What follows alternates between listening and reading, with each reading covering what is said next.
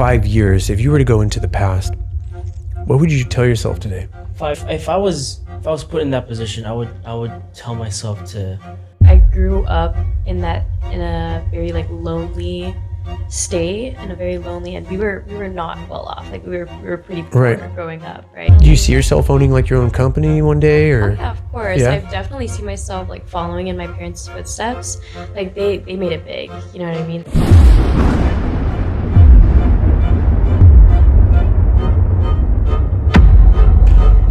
So what's going on, guys? All right, we're live. So yeah, it's great to have you here, man. It's been a while. Dude, I know it's been a long time coming, man. So I've been talking about this for a long time. Introduce yourself. Yeah. Hey, my name is Tim Lazo. You guys, what's up? How's it going? And who's your guest? I'm Simone Endo. Nice to meet you. Nice to meet you. It's my first day, so we got to get to know each other a little bit before we came on, so it's been a pleasure. So yeah, man, just to keep going on the conversation. I mean, don't get all shy now. Oh yeah. Just talk about what we're actually talking about. For sure, yeah. I mean, we were talking about content creating and everything, and how that used to be my entire thing. Yeah. For months on end, all I did was wake up, make content at the gym, go to work, edit, and do it all over again. Like that was my whole thing. So to speed people up a little bit, so Tim has been a friend of mine for a long time, and he's been a little bit of, I would say, when it comes to content creation, like a little bit of a mentor. Because when I got first into Roblox, you were helping me with that. Remember, like teaching me how to put links on the social media. It was like literally the most basic stuff that I didn't even know how to do. I was just like, okay. So I was doing it the hard way, and he was like showing me, this is how you should probably do it this way. It makes it a lot easier. Because I was trying to get people, I was literally saying, come to Mr. Scotty Boy 111. He's like, dude, just put the link on the video. I was like, oh yeah, okay.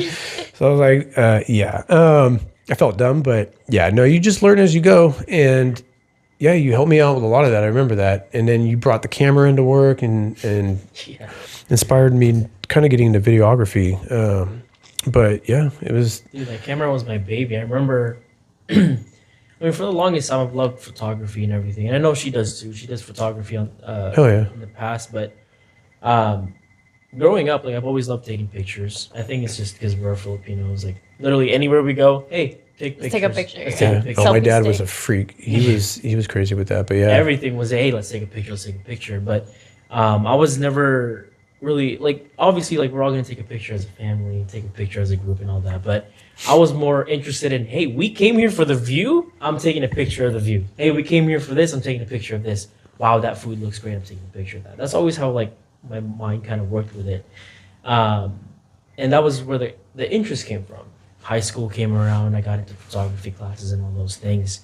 I only had like a family DSLR, Canon DSLR, right? It wasn't great. We had the stock lens that came with it. Nothing too crazy, nothing too expensive. But still took good photos. Absolutely. Like you start with something. Funny enough, even through photography class, I would still practice with my phone. And then eventually the interest just kept growing and growing and growing and growing. And I didn't know anything about editing back then. It was all just raw shots of the photos. It kept, like, that interest was always there. It was always in the back of my mind. I never really invested time in it, but I always loved it. And then, I was making good money back then when we were working together. Honestly, it was ridiculous how much money we were making for what we were doing. But I was like, okay, I'm not really paying for anything crazy right now. It's pretty much COVID, post-COVID time. I had disposable income. Let me just invest in something that I want to do. And at the time, the main purpose of me building or getting all these tech stuff was for my career. Right. I was an architect major and all those things, and I built a PC for my rendering and my sketches and all of those things. I wanted a workhorse, but then my passion kind of just took over. I was like, I kind of want a camera. I want to take better pictures. The second I bought that camera, I was obsessed. It's addicting, huh? It was obsession. I think I held that camera every single day without fail. Yeah. Whether used to bring it to work. I used to bring it Yeah. to work. For what reason? No reason. Yeah. It was always, until this day, believe it or not, it's always with me. Yeah. It's in my car It's right in now. the back of your car. It's literally in the back that's of my why. car right now. Yeah. I don't go anywhere without it. Do I always use it? No, but it's always there. And you're still, I know you've gotten really busy because you kind of fell off. You were doing a lot of social media with TikTok, and it was getting exciting because you were doing, you were streaming on Twitch, and I was following your guys' stream and kind of investing in you guys. But yeah, I know that you were working with Vector at the time when that was all going down. Yeah. And well, when I met Tim, he was working with me, and I don't want to say the name of the company on here, but it was interesting because it was the restaurant industry, Yeah. and it had nothing to do with any of this. No. But it's a good place to make money. I mean, Especially some of those these times. servers are making like $70K just literally flipping tables, dude. And it's it's cash every night. You walk out, some of these people are making $200-300 a night, but and that gets addicting too, and then you get stuck in that loop. But you started off as a host, I remember that, and then you worked your way up the chain, and then you were eventually a server. And where we work is not easy. It is a billion-dollar corporation. It's fast-paced. The marketing brings people in like nonstop, so it's absolutely insane. I literally on my last podcast said I pray for slow days. It's that bad, but it's. But yeah, it was crazy. But I remember when you were a host, we would talk because it was during the pandemic, and we were in the parking lot. I don't know if you remember that. I do. The And tent. we set up a little tent. You had like Yeah, a speaker, and you guys would yeah. just kick it. It was fun, man. It was actually fun. And I remember we just had that. You just had that energy, that fun vibe, dude. It just made me feel at home. So I felt like it didn't take long to make like a friendship or a connection with you. And I really just felt like I resonated with your style, and that's where it all started. And we just had fun, man. We just had fun doing what we were doing, and we made money doing it. But I was really proud of you because I know that in your life you've dealt with some like mental struggles. And I know on the surface it really doesn't look like that because social media tends to really create an illusion of our lives and who we are because you're only posting what you post. And I have friends that, and I know you have friends too, that deal with that illusion and the psychological effect it has on people because they're always comparing themselves to other people, never really realizing what's on the other side of that lens and if that's even the true reality of their life. So you can make it look good on social media, but then, behind the scenes, you're like, man, I'm not getting as many views as this person or that person. But you don't understand. People could just be paying for their views. They might have money to boost their algorithm, like Recapture, these agency that I have. They just throw money into the to the boost, and it just, so you never really know if it's the money boosting the algorithm, because nowadays I think social media is really looking for the money. They want, you take it back even 5 years ago, you couldn't pay to boost your algorithm. It was all organic, but now it's about, pay to win. Yeah. And people don't know that, but a lot of people are just literally cheating and just throwing money into the slot and boosting the algorithm. It's all about the algorithm, because you could have the greatest video in the world and just go nowhere. And then you see these stupid videos and you're like, why does it have 10 million views? But it's, either algorithm likes you or it doesn't, or you're paying money, or you have an agency.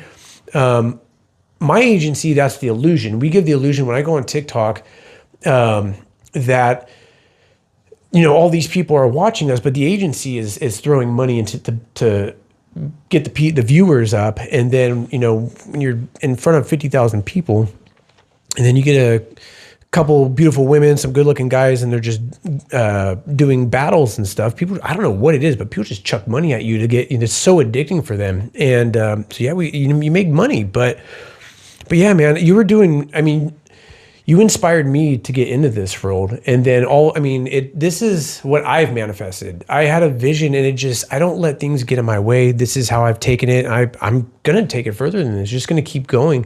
This is only the beginning. Yep. And I feel like there's a piece of you in this room. And I don't mean to get like super emotional about it, but, I carry that with me everywhere. And that's why I wanted you to be a part of that. That's why I invited you here today, because you were part of that spark for me. And I just, I want you to be part of the beginning of this, so that my viewers understand. A little bit of this comes from you, man. It's wild, but ultimately, I've seen you. I've seen your ups and downs. I've seen you struggle. We've had many talks over the years, and one of the biggest struggles was fitness. And I think you came into that really empty-handed. You just kind of started as an adult, right? Yeah, wasn't. it did. Yeah, tell us about that. Yeah, so I mean, for a long time, like I just told them a little bit about it the other day. When I was a kid, like I never really got into the whole fitness, Right. anything in the whole world of fitness. I was never in it. I grew up in the Philippines. The only thing that mattered at the time was like, hey, school. Get here, same thing. Right. I didn't get into playing real, like, actual sports for schools until I got to America. I mean, I played a little bit in the Philippines, but it was never cultivated. Wait, were you born in the Philippines? I was, yeah. Oh, okay. I didn't even know that. I was. Maybe you've told me that. I've totally forgot. That's wild. Okay. Yeah, I came here when I was 11 years old. I think actually now I think you have told us that. I think I remember that now. Okay. Yeah. So I came here when I was 11 years old.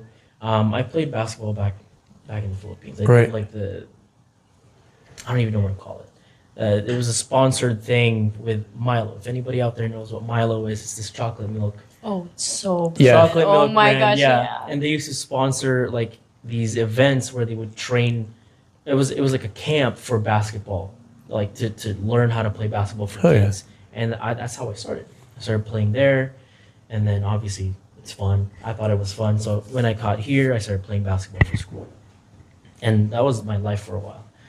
But I went to a really small school in high school.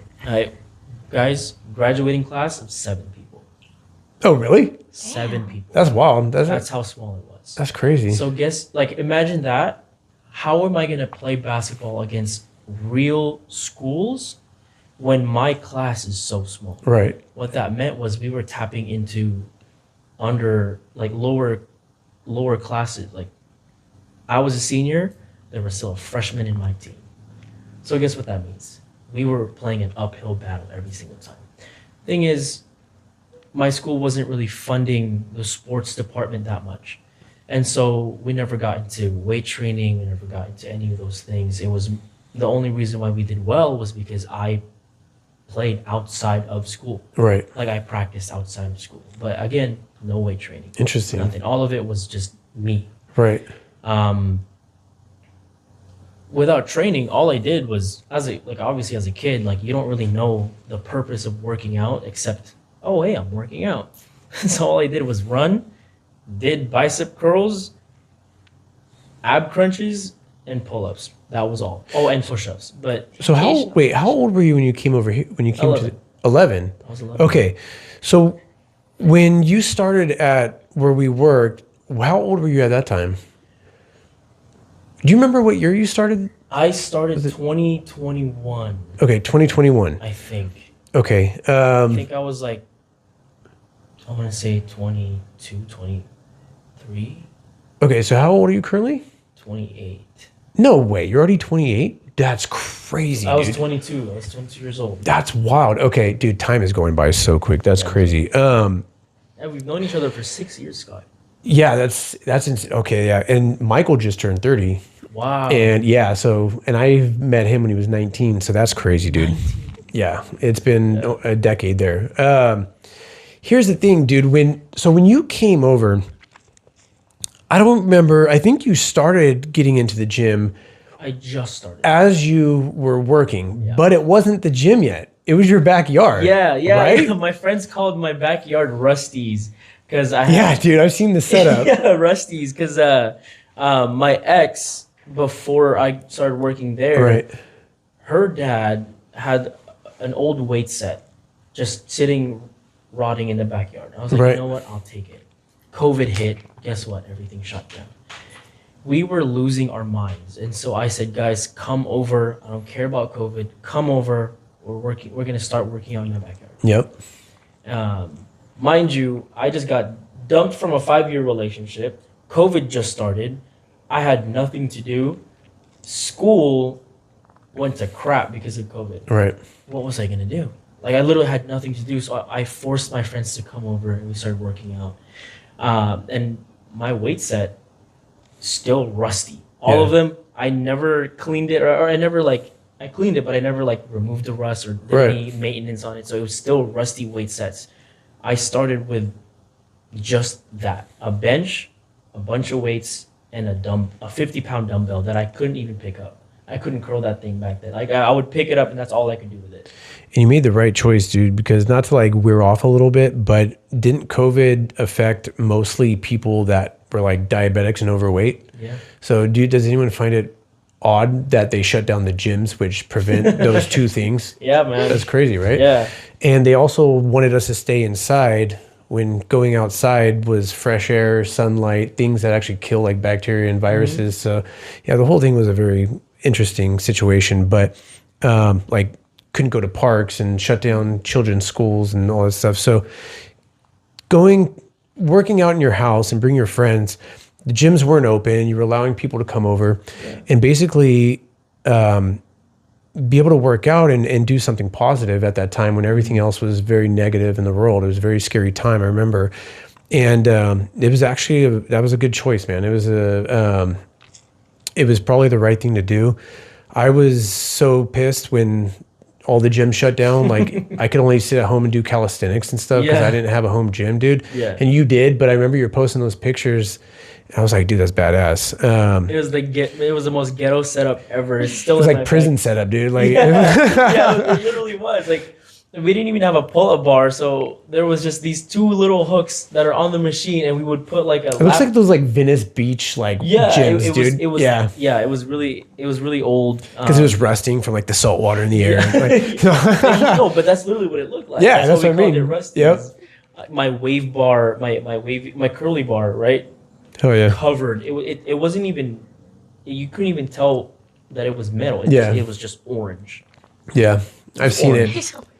And the thing is it like progressed so quickly because I remember one day you're making like little posts in the backyard, and then it turned into all of a sudden these like very in depth like all of a sudden you got. I mean, the gym's reopened, and then you're in the gym now, and then I'm watching like your progress. And like the definition just changing, like you were losing weight, you're getting defined. And, but I remember you talking to me about like your mentality at the time that you really had kind of like we were talking about earlier, like a self-esteem issue for sure for a while. And that was one of the main challenges that you were going through at the time was believing in yourself. And I think it was for me, and this is why I wanted to bring this topic up because it's very inspiring for a lot of people because I would say the majority of people are dealing with that exact same emotion that they're dealing with and I've met some of the biggest people that are like super fit, make me look like I'm not fit or like whatever it is. And they still have that complex. They go into the gym and they're always looking at someone else. There's always going to be someone better, more beautiful or whatever it is. But I tell people, like, don't look at other people when you go in the gym. For one, we all have different body types, different genetics that you cannot escape. So you just have to love yourself, be comfortable with yourself. And once you're comfortable with yourself, work on yourself. And man, it's crazy because, dude, from what you went to what you became, and I know, and it's kind of sad because I know that when you started getting really busy in the last year, you kind of like had to pull out of your passions to make money. And it just like, I remember you voicing that to me one time. Like, dude, I'm not in the gym as much. I'm not doing social media as much because I'm just, I'm really trying to grind and make cash and stuff, dude. And it's an investment, and sometimes our jobs are an investment and they take a lot of time, but but dude, the ball was rolling, dude. Like you were on fire for a minute, and it was just really inspiring for me. I wanted to share that story with our audience because it just proves that anything's possible, dude. Yeah. You know what I mean? And because I know in the beginning it was a very slow thing, but it's just like, dude, like there was a point I've seen pictures of where you were getting like, dude, you're getting big, like your arms, the definition, and And I was starting to be like, damn, bro, I better start lifting heavier. I don't know, like compete with Tim now. This is Guys, crazy. I'm dirty bulking. I'm just kidding. No, it was I'm dirty bulked right now. No, no. And I don't know if you still are doing, if you want to give a shout out to any of your social media, feel free, dude. If you want people to hey, follow look, it. it's super simple. It's Tim.Lazo. That's it. TIM.LAZ. And is it the same for like TikTok and Instagram, or are you just only on TikTok, or what? Instagram is Tim.Lazo. My TikTok link is on my bio. So if you Right want on. to look, I think it's just Timmy Lazo on TikTok. But I mean, those are my two main platforms that I post on. I usually share a bunch of other people that are on there too, like some of the people that are around me. Shout out to my coach Kevin. Because I feel like even your style, when you're doing some of your fitness posts, it is it shows your emotion, because it's like, it's not just like your normal fitness video, like here's how it works. It's very how do I say it? I don't want to say like you're acting. I feel like you're putting like your real passion. Like, I don't know, how do I say this? But you're trying to show like the emotion of the struggle. You know what I mean? Sure, yeah. Like you see it in some of your videos. And it's I like the style. I think it's cool.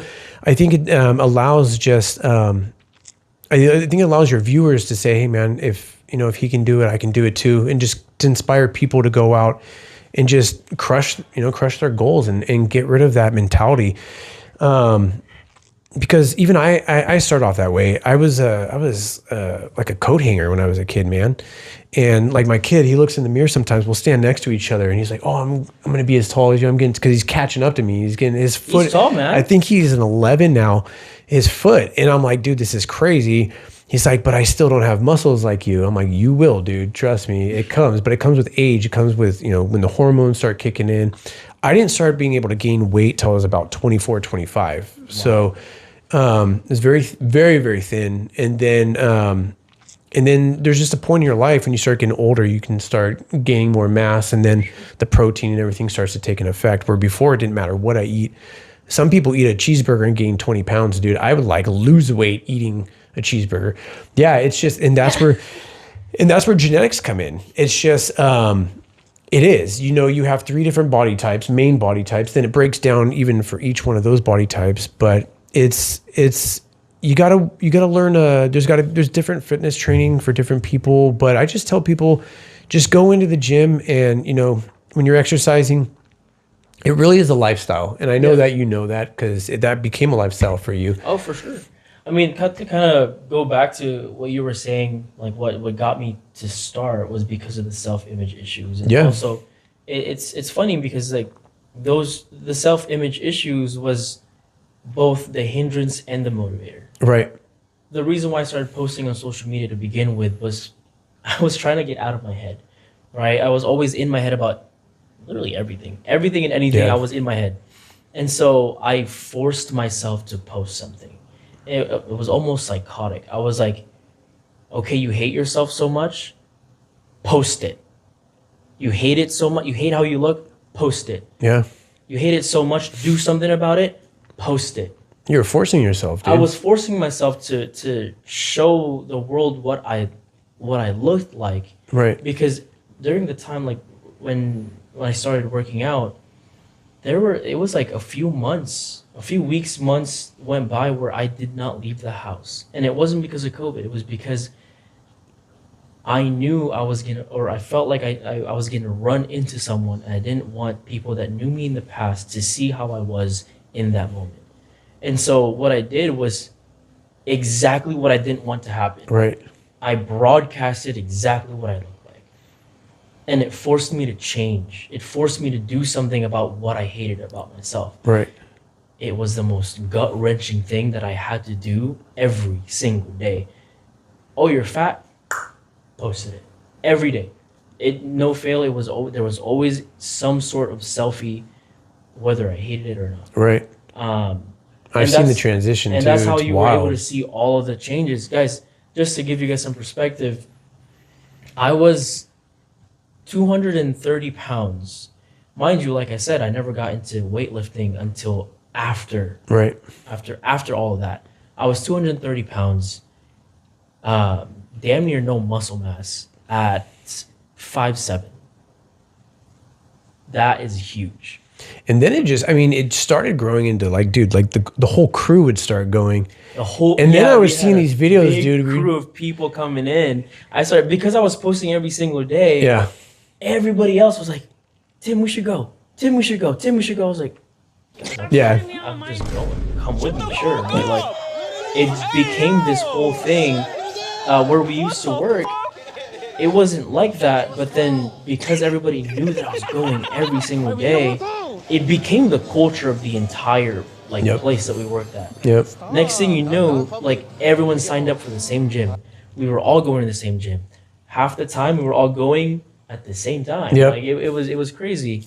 It changed the entire environment just because I was forcing myself to do something that I hated. And some of those videos were fun because there was some where like there was bigger some of your friend group probably at least 100 pounds more than you, dude. And they were lifting like some crazy weight. They're like, I'm going to do it. And then you would do it. I was like, what the fuck? That's crazy.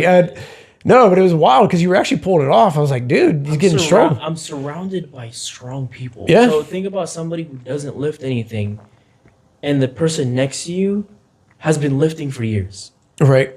The first time I ever tried benching, guys, I was already an adult and the most I could bench at the time was 25 pounds on each side. Yeah. And then the person next to me is benching 2 plates. Yo, that was like a humbling experience. Yeah. I mean, even like, and as a trainer, I try to explain to people, it's not, that's where the misconception comes in. Cause even weight, if you go into a room with a 300-pound person and you're only like 150, he could never have worked out his whole life, but he'll still be able to bench more than the guy who is 150 and has been working out for 10 years. Mass, man. It's just mass. Yeah, your body is acclimated to the weight. So I always say, don't let that fool you. I don't look at plates and say, oh, he has 2 plates or 3 plates. I focus on what you're actually doing. How to stimulate muscle growth really is about activating muscle growth. And you could do it with very low weight. You can literally go in, do higher reps, lower weight. And if you're doing it properly, you actually get better results than someone just sitting there massing out like max weights all day long. But regardless, I thought it makes the videos interesting to watch. It was. But you put that like catch to it. So I think it's creative, and it was fun for me to watch those videos. And it kind of like, I envied that in a way because you always had the crew of friends, and I can't get anybody to go with me to the gym. It's just wild because we're on different spectrums, and I know we're on different cities and stuff, different time frames. But like I've tried to like get, like, I don't know how to explain it, but I guess it wasn't working out for me. But it was definitely fun watching you guys. But I mean, not only so, even with the fitness, but then you left where we work to go into sales and to go into the business world. Yeah. And I think it was really sad to see you leave, but it was interesting because then you went and did sales for Vector, correct? Mm-hmm. Right? Mm-hmm. So Vector, the cool thing, and I know there's a lot of like drama and ups and downs with that company. If anyone's familiar with that company, there's, you can say what you want about it because there are positives and negatives about it. I think when I was observing you, one of the best qualities I saw about the company was that they invested sending you guys, around the country and mm-hmm. giving you these trips. I thought that was really cool because you got to bond. Yeah, you got to bond with the people you worked with. And that's like one of the best things, to be able to spend time with people, to get comfortable around the people you work with, because not every company does that. So I thought that was kind of cool. They do have a good product. They sell Cutco knives, and I know I have a K-bar, dude. I love it. And it's like, dude, I know they make the K-bar too, but I also own a couple Cutco knives, and they're absolutely amazing. But the problem is that it's just some of the practices are, I want to say it's like a grinder company. Like they really like take people straight out of high school and kind of like push them for 3 to 4 years until they're like going through their college. And then after college, they kind of just like, once they graduate, they just toss them to the curb type thing. But it's, I mean, not necessarily just like that, but it's something that degree. But the thing is that you were doing, I mean, you were you ended up becoming a branch manager or a district manager. Yeah. And you had your own office. I remember that. Yeah, I ran my own business. Yeah, and you were doing good, dude. And so for me, I remember seeing the posts of you having like these awards and these trophies and these promotions and stuff, like one after another. You were just knocking it out, and you weren't seeing everybody get that. So it was like, you were really starting to pull yourself out of the like the ground troops, and you were starting to rise above the ranks. So I thought that was also inspiring for me to watch you as a friend. And I think that, even the gym, I think, starts to shape your mind and your body. And then you go out into the business world and you just still keep that mindset going. I think they're both, believe it or not, connected, if that makes any sense. But I think like it's a very healthy lifestyle. And it was, I would sit back and just watch you, because a lot of your life you would post it and stuff. And it was inspirational. But I never got like, all the details going into that company. I mean, but like, and now I know you're working for another company. I don't know. I don't want to like say it if you guys don't want to talk about, like, if you guys don't want to put that on blast, we can just label it sales if you want.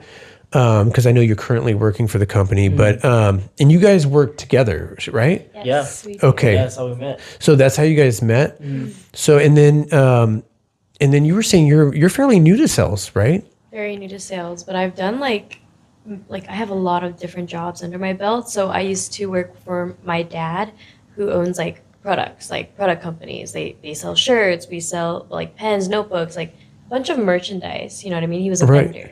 Right? Nice. So Yeah. you observed that as a child growing up. Oh yeah, both of my parents are entrepreneurs. They have their own businesses. They do advertisement, photography. My dad makes obstacle courses for the Micronesian islands. Oh, awesome. Oh, Yeah. wow. It's Okay. called Conquer Sports, and he does it like every 2 years. That's wild. Yeah. So earlier before the podcast, we were getting to know each other a little bit. And for those, on my platform, we have thousands of viewers, and they know that I talk a lot. I could try to implement manifestation into that. We were talking about what you observe as a child, going through the growing brain stages. What you observe is kind of how you gain these tasks and skills. So that's kind of cool as a child that you actually observe that. So you really resonate with sales or business, entrepreneurship and stuff like that. So that's amazing. So that is one thing we didn't talk about. I did not know that about you. So you actually come from that. Oh yeah. And that is, so I like to say that's already a part of you. So it's something like that comes natural for you. And you were also telling me that with the company you're working for, that you were also doing fairly well in a short amount of time, that you were hitting some sales market or markers or Yeah. right on. Yeah. A lot of the people that have been working there for a few months, like we go over our numbers like at the end of the week, right? Yeah. A lot of the people who've been there for 5, 6, 7, all the way up to 10 months, I was already making more than them in the first week. Oh, she was a rock star. First 2 weeks, yeah. Right on. That's amazing.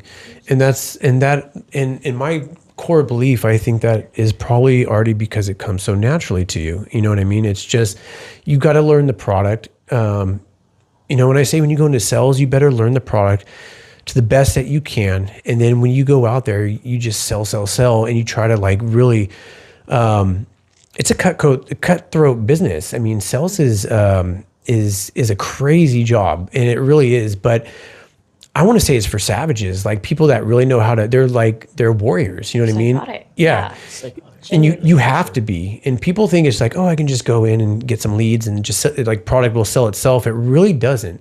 You have to really be captivating for people to be drawn into that. Do you guys do cold calling or do you do it all in store? in store. In All store? stores, yeah. Okay, so they actually get to see the person. Okay, that has a lot to do with the business too, because like we were talking about, like we were talking about how we all give off like an energy, a vibe, or you can call it whatever you want, a resonating frequency. But I think for me, sales in person is much better than over the phone, because you have so much more control and influence over a person with eye contact and mannerisms, and being able to psychologically get into someone's mind and kind of get a feel for them too. So you know how to control that situation. So, all right, so that's good. That's cool. So you guys actually get to work with people directly. Oh, yeah. For sure. All right. So I think that's fun. Regardless of what you're doing, I'm going to tell you right now, I have a very I don't like to self-state, but I feel that I have a very powerful, one of my things in my life is a very powerful intuition about people. And same thing that I've had with Tim is what has made a connection with him as a good friend of mine. The second you walked into this room, the energy also shifted. So I can feel that. And I think that the only thing that I suggest to you, because I think just in the few moments that I talk to someone, I get a very keen sense of who they are. I'll tell you, you're already above the company you work for, because I know the company you work for. No, I'm serious. But the only thing I would suggest is learn as many skills while you're there and take that with you, because you're definitely not going to be there the remainder of your life, obviously. You definitely have a future ahead of you. I know that. And I'll tell you right now, whatever it is that I don't know how, because I remember seeing a lot of how Vector does their stuff, and I'm not, do they invest that much where you're at currently? Or, I mean, how, do you guys have training for that for yourselves or? Yeah. So we do like 4 weeks of training. The first week is orientation and just kind of getting the feel of it. Okay. Second week, you're still with your leader. Third week, you're let go. You know what I mean? Right. You start working with your So best of your peers. it's a multi-billion dollar product. It is something that sells Telecom. itself. Telecom. Yeah. You can say it if you want. I don't know if you guys are comfortable, but it's a huge company. But even still to this day, I find it interesting that they still need the sales, the way that they go about doing it. Like even like telemarketing is still a thing. It's wild to me. I'm like, really? Yeah, and you can actually do a little bit of research on that too. The big company, well-known company, everybody knows about this company. Their website, their stores, all of it combined is only maybe what a tenth of how much, like a tenth of how much Right. that company brings in. We bring like that much more. So like no, a tenth of what we bring in as personal sales representatives, a tenth of that is only how much the website and the stores bring in. Yes, they have established stores. Yes, they have established businesses. Right. They still need us. Yeah. to Well, promote. every little aspect. I mean, when you're talking about billions of dollars, 1/10 is It's a lot. A lot of money. It's a lot. It's a lot of think money. But think about that, right? If 1/10 is that much, how much more are we bringing in? Right. Right? The thing is, AI is huge, internet's huge, everything is digital. A human aspect will never be replaced, Yeah. and that's something that we bring in. It's absolutely wild. I feel like I manifested this actual, or this is like almost like a deja vu. My brother, we were at the beach today. That's why I look like a freaking cherry right now. But he made that. Dude, we were having a debate, and he literally said exactly what you just said right now. My brother he's an executive for a medical corporation, and he's been doing it for well over 20 years. Makes a lot of money doing it, and he was just telling me I was telling him how I was tossing it out that doctors will eventually be replaced by AI. He's like, nah, dude. He said, not for a long time. He said, I don't know about you, but do you want to go to a AI doctor, or do you want the human interaction? And I'm like, well, yeah, I guess that makes sense. But because I've just watched so many podcasts on AI and how they're saying like it's going to displace like 30% of the workforce in the beginning. But It's a cycle. yeah, It's a but cycle. what did you just say? What were we on the cells? We were talking about AI. Yeah. I mean, look, the website will always be there. The mass email, Right. the mass emails are always going to be there. The ads on your Instagram, the ads on your social media, ads everywhere Yep. are always going to be there. Everything is digital, but at the end of the day, nobody wants to deal with a machine. Yeah. On the phone. The human aspect is still part of our culture. Culture. They will It's- never they will never get rid of the need for that human connection. Right.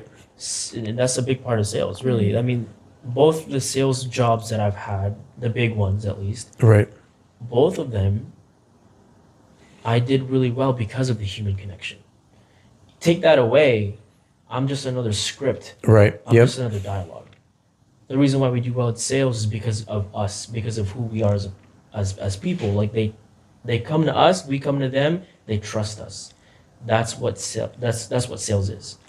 I've always thought, man, like, why stop where you're at now? Like, have you guys ever heard of what is it? There's these companies for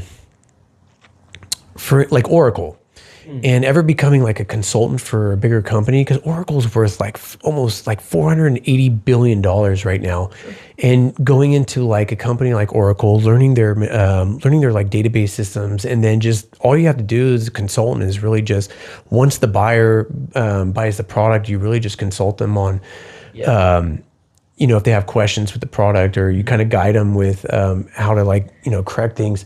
Have you ever thought about like going into like larger, like, I don't know how to say it, like going out of sales and have you ever done consulting or?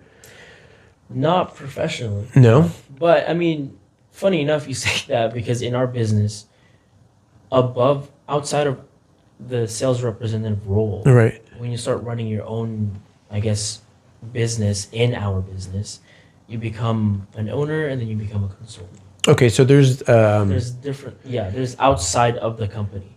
And then you start consulting for other businesses within the company. okay. So with where you're at now, you guys are able to, there's like, how do I say it? Like career opportunities to grow within the company. Absolutely. Sure. Okay. So we're making more money. Oh yeah. And then do you 100%. guys, because I heard, by the way, I don't know if she knows, but I know a lot of the people he works with. They come in to they come over to my work all the time. I hook them up all the time. And they're always, dude, every time we come in, it's like family. It's like, Scott, bro, what's up, dude? And we're always like kicking it. And then I'll ask about him. And you know what they're always saying? I'm like, where's Tim? And then he's like, dude, he's literally in the office right now, still working. I'm like, that's crazy, dude. But he's always putting in, the work, man. But that, why other people are celebrating or other people are taking a break, you're always like trying to like take it to the next level. And I've seen that I've seen that pattern with you over the course of like multiple things, when it comes to business, when it comes to even the gym, and that you go through these phases where when other people fall off, you continue to excel, you know what I mean? And to take it to the next level. But at the same time, it's interesting because, like I was telling you, do you feel like sales is actually a passion of yours, or do you feel like the filming and going on to like videography was something you would enjoy making more money doing? I mean, obviously, if I were to get into photography or filming, making money doing that, yeah, it would be a lot of fun. I wouldn't say that it would be like I would have some sort of passion towards it. The thing is, anything that I get into, no matter what I get into, even if it was the job where we met, every single position is just a vehicle for me to do what I love to do, which is, like I was telling you, is to help other people. Yeah. Oh yeah. So everything that I do is a stepping stone towards that.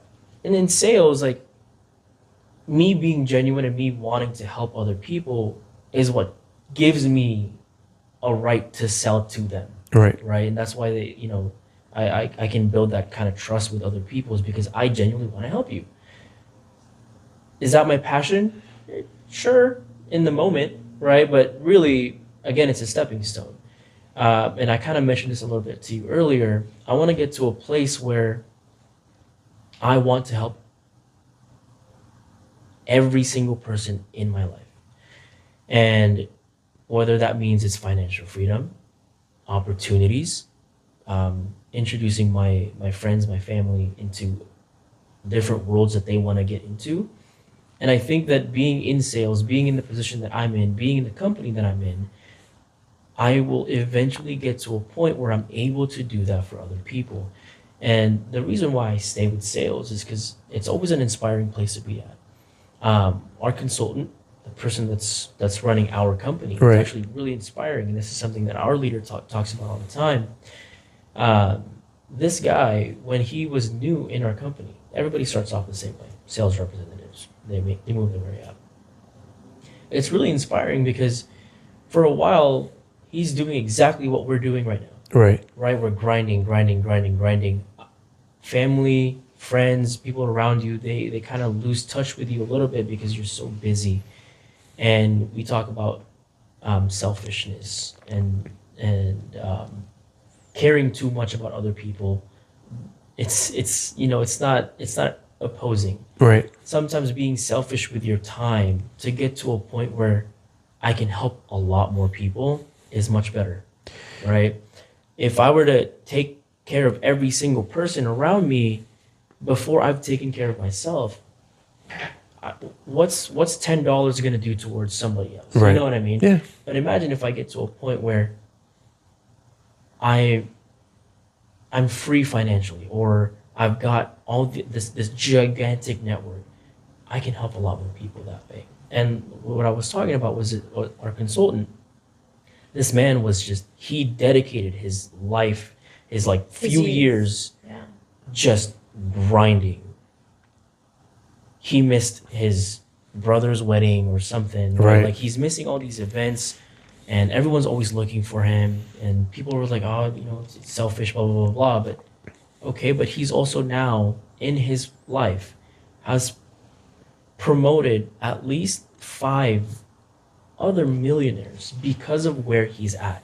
And each of those people that are millionaires has also impacted other people's lives. If he wasn't selfish with his time, if he wasn't grinding and using this opportunity as a platform, Right. his impact would not have been as big as it is now. And that's exactly where I'm So people doing what you guys do right now have actually gotten into being millionaires from really. millionaires. That's interesting. Yeah, branching out, having their own team and everything. So there is an end game to this. Like you There can is. really. No, there is. So that is a possibility then. Yeah, Oh absolutely. wow. Okay. And didn't we're realize actually that. in a team right now where our next goal is to branch out with him. Are they considered independent contractors at that point, or do you not know? I, as the owner, I don't know. I don't think you are. You're not an independent contractor. Just always because- umbrellaed by Yes. by the company. Because the thing is, it's weird because technically we like owners are Right. independent contractors. The representatives aren't. We still get W-2s and all that. We're not 1099. Interesting. But the way it works is that yes, I work for this specific, the specific campaign. Right. But technically, our company has partnerships with other people, with Gotcha. other companies, not just mine. Other Interesting. big ones too. So this question's for you. Where do you see yourself in the future? Do you feel like you're working for this company for an end game, or? I mean, I started this job because I was interested. You know what I mean? Right. I didn't Absolutely. know, Of right? course. I just wanted to grow my experience in it. And now that I am in it, like I'm hungry. You wanna Like, see I how high want you can it. take I want it? to see how high I can take it, how far I could go. Hell yeah. I don't care how many times I get rejected.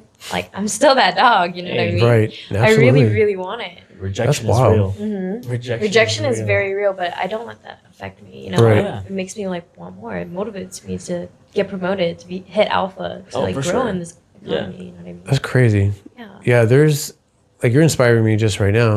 I'm serious. Well, words hold energy. That's why they cast spells. That's why they call it spelling. And That was funny. That was good. That was I fire. like that. And- I like That was that one. fire. yeah, well, that's, we were talking about religion earlier. Actually, when you go back to the Genesis, how did God create everything? Did he do it with his mind? Did he do it with his hands? No. Guess what? He said, let there be light. And that was the word. He did it with his words because words hold power. And that's the whole point. They really do. Words are vibrations and they are also frequencies and energy. So you can use words. That's why they always say, I tell people, if you watch my platform, there's a post that I did. I said, never talk negatively about yourself, even if you're joking around. Your words hold energy. They cast spells. And that's why they call it spelling. And I said, change the way you think of change the way you speak of yourself, and you'll change your life forever. And that's true. And it's if you speak positively about yourself. Even when I pray, I don't do it in my mind. I literally use my mouth. I speak out my prayer or my manifestations. It's it is a powerful tool and is something that you can utilize in your life. I know you guys were even talking about manifestation before I even brought it up, which yeah. blew my mind because it all just kind of like, this is, everything happens for a reason. It's part of my philosophy, but it's interesting that, well, I guess naturally we all make connections with people we resonate with. And I know right off the bat that you have an energy that's like a force to be reckoned with. So, and no, I'm dead serious. I mean that. And I utilize that. And if it's with this company, take it to the top. And then That's why she's here. I'm gonna be completely honest. that's my whole point. And that's why I she's said, here, I think because that's why. like for me, I'm very protective of the people that I'm around. Right. You know this. Like Yeah. every single person that I've ever introduced you to Right. has no ill will. I'm very protective about these people. Yeah. If I say, hey Scott, I want you to meet this person, it's because I want to be around this kind of people. Right. That's why she's here. So here's the thing. It doesn't matter. So you could think negatively in your mind. Say you have these negative thoughts, but your energy is an affirmative energy. It's a higher frequency, a higher vibration. Okay. People that are successful when they study the frequencies of the mind have a very high frequency, and their thought process is usually a little bit different.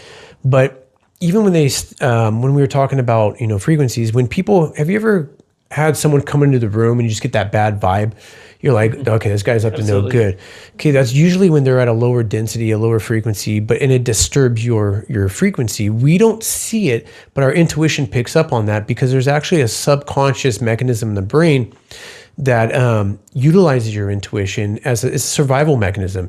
And when someone has a low frequency, usually to the subconscious, it says, hey, this guy's up to no good. It doesn't actually know that, but when you're studying the lower frequencies, you'll find that people who are at lower frequency have what they would call like they're up to no good, basically, to put it in layman's terms. But that's why we get that sensation, that vibe. It's also why friend groups tend to make connections. Like when you go to high school, you see there's like all these different groups. It's because these frequencies help people resonate with one another. And I think, when you make those connections, it's also psychological too. The experience that you're having interacting with the person, things like that. But regardless, we're attracted to things. There's a law called the law of attraction that you attract things that are alike. And it's a wild thing because I've had a natural ability as a child because my sensei, I was in martial arts as a kid. What's up on that? Oh, you said sensei. I was Yes. like, okay. So he was Japanese. We went to Karate Do. Believe it or not, I'll show you more photos of this on my Instagram too.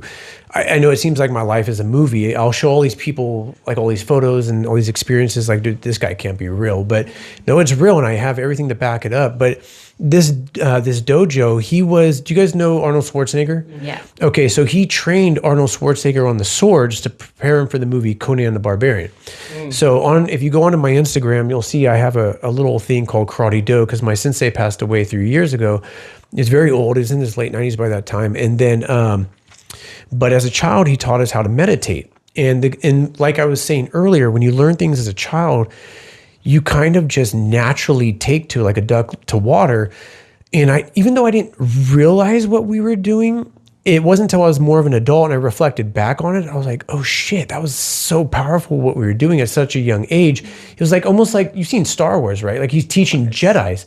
Like when he comes to Obi-Wan and he tries to teach Obi-Wan, or he tries to teach Obi-Wan and he's like, he's too old to learn. You know what I mean? Because it's funny, that line that's real in reality because once you're too old, like I said, the subconscious is already set in its way, and it's very hard to rewire that. But as a child, he taught us how to meditate, and he wanted us to meditate our kata.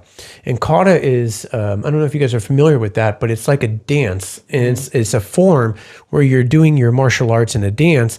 But he said, and it's interesting too, because our Air Force pilots have this same form of meditation before they go into their aircraft.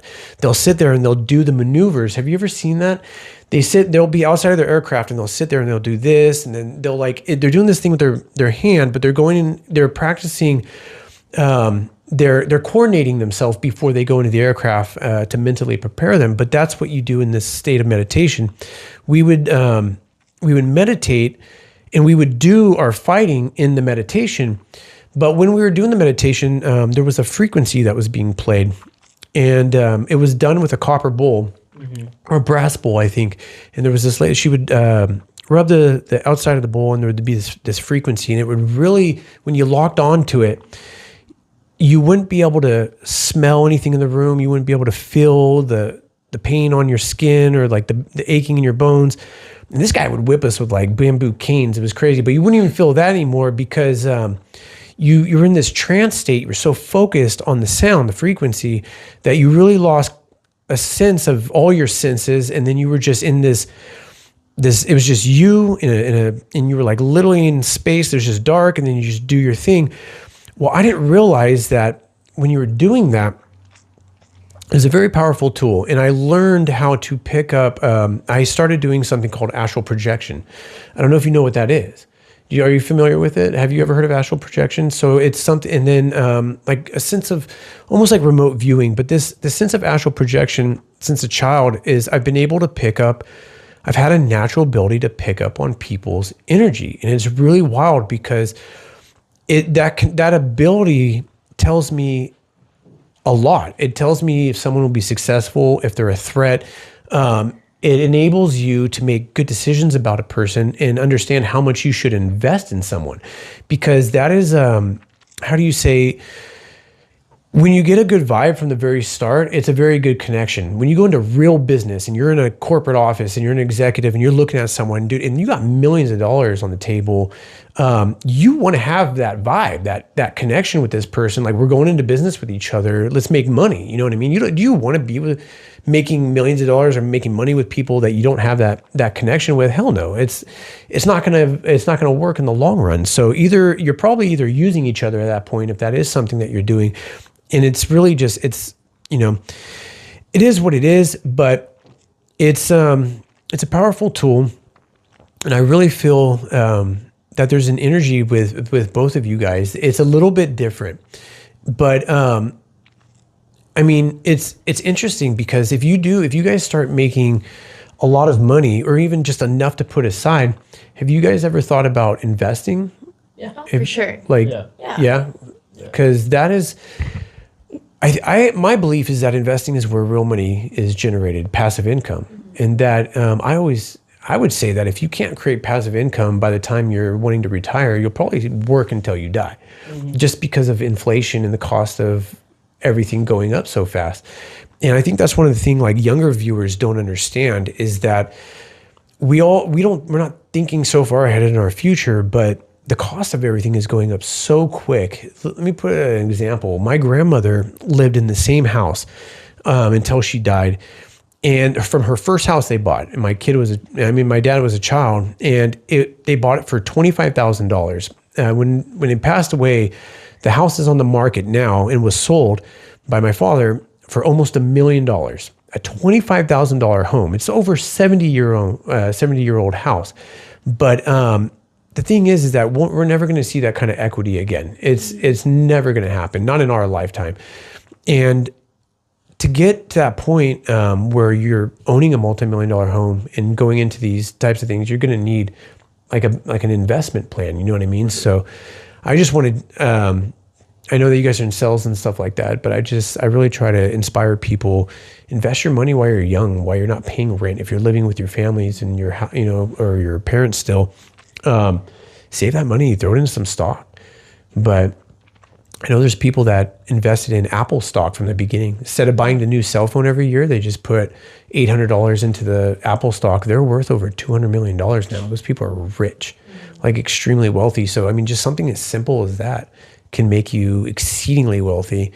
And, but yeah, man, it's just, I feel like you guys are on, I think you guys are on the right path. You know what I mean? But it's just keep doing what you're doing, man. What time is it right now? It is about midnight. Is there like, is there anything, if for Tim, if you looked back on yourself 5 years, if you were to go into the past, what would you tell yourself today? 5 years. If you went into the past, what would you tell, like today, what would you tell your 2019 self? 2019. What have you learned through all this, man? Like, what is it? What changes have you made in your life? What things have you gone through that you would warn yourself about? Man, I feel like I've gone through so many different changes since then that even in 2019, if I say the wrong thing to myself, I would go down a different path. I think the biggest thing, I think everything happens for a reason. And that's an interesting question. I know Think about it. Maybe I'm overthinking it. Yeah, But- don't overthink it. Like, literally, what if I kicked you into a portal right now Yeah. and you literally just stumbled in your bedroom and you're sitting right there, but you only had like 30 minutes to be there before you came back? Like, what would you tell yourself? I would tell myself, do OnlyFans. Honestly, man, invest in. I'm just kidding. No, no. Honestly, if I was put in that position, I would tell myself to understand self-worth a little bit more, and not in this weird convoluted way of self-worth that social media defines now, but just understanding that everything that I do, everything that I say can and will hold value. Yeah. And I need to understand that because to me, because it's such a deep rooted thing in me to want to help everybody, that part of me, especially back then, I thought the only value that I brought was if I can help you. Right. But that's not the case. Understanding that, like, I want that guy in 2019 to understand that I have value outside of what I can provide, and just to kind of. So you feel you lacked value as absolutely. a younger version of you. Oh, for sure. So you feel that that's how you've grown is to Yeah. value yourself. I think that in itself is valuable. Yeah. And do you mind me asking, how old are you? I'm 19. You're 19, so you're still fairly young, but you're very, very educated and very well spoken. But you also have a great mentality. Do you go to school? Are you in college or anything? I do go to college. You do? Yes. Right on. What do you study? Do you mind me asking you? I actually study cybersecurity. Oh, really? Oh, shit. I Okay. just originally I was gonna do biology or animal nutrition. Right. Because growing up, like, I'm a huge animal lover. I've volunteered at shelters for 3 years. Right. I make all the food for all my pets, every single one. You know what I mean? Right, yeah. I even wanted to be a vet at some point. Okay. And then I got all the way down to the nutrition part, but I didn't want and then I became a pet groomer. Okay. That's cool. Right? It's like all these steps, right? When I worked at the pet grooming place, I ended up sort of like despising what I was doing. Really? Yeah, a little bit, honestly. I love the animals, love the dogs. I just Right. didn't really like it just didn't feel as ethical to me Got you. because we would have to like restrain them, hold them down, it just didn't feel Right. right to Like me. you're forcing them Forcing to do them, something. You know Yeah. what I mean? Just Of for course. like beauty. Got you. And I didn't want my passion for animals to turn into hatred. Right. So I switched it over. You know what I mean? Awesome. Cybersecurity interested like me very, very much. It's something that AI can't completely take over either. Okay. So so I gotta get into this because I'm very familiar with like military applications, security applications, things like that. So here's the thing. Let me ask a question for you, since you have an interest in that. So I read a report that we're going to have obviously what they call AGI, but there's also something called quantum computing. Now, Google has this chip. It's called the Willow chip. Have you heard of that? Somewhat. Okay, so the Willow chip, let me describe this real quick. It processed an equation in about 30 seconds, what it would have taken the fastest supercomputer up till its point, 6 sextillion years, 6 sextillion years to process. Now, if you know what 6 sextillion is, that's larger than the amount of time the universe has been around, okay? Yeah. So it's unfathomable. This chip is a quantum computing chip. It has to be literally in the whole gigantic warehouse to keep the vibrations to zero. The temperature has to be like colder than space, just for this thing to be able to process. So now, as a cybersecurity, what danger do you think a chip like that involves with cybersecurity? Because let me put your mind to the test. Okay. When you have a quantum chip that can do a process that fast, first thing that comes to mind, which means it can decode any security encryption within milliseconds, right? Of any process. So we're getting into the world now where quantum computing is going to become a reality. That's going to change the game. That's a game changer for anyone that's getting into cybersecurity. I thought that was fascinating when I read that, because I didn't think, when I was reading about the Willow chip, I wasn't going there with it. I wasn't thinking cybersecurity, but I was like, holy shit, if that chip comes out. Then I read a different perspective, and they were saying that this is a extreme danger for military application, because now we have to create a quantum computing firewall, something. How do you protect against that? Apparently we already have things we're working on it to protect that. These are very classified projects, but I think we're coming up on an age where even cybersecurity is going to shift really fast. Just like you were saying, AI is going to replace jobs. I think it's going to change how we even secure like data. Yeah, for sure.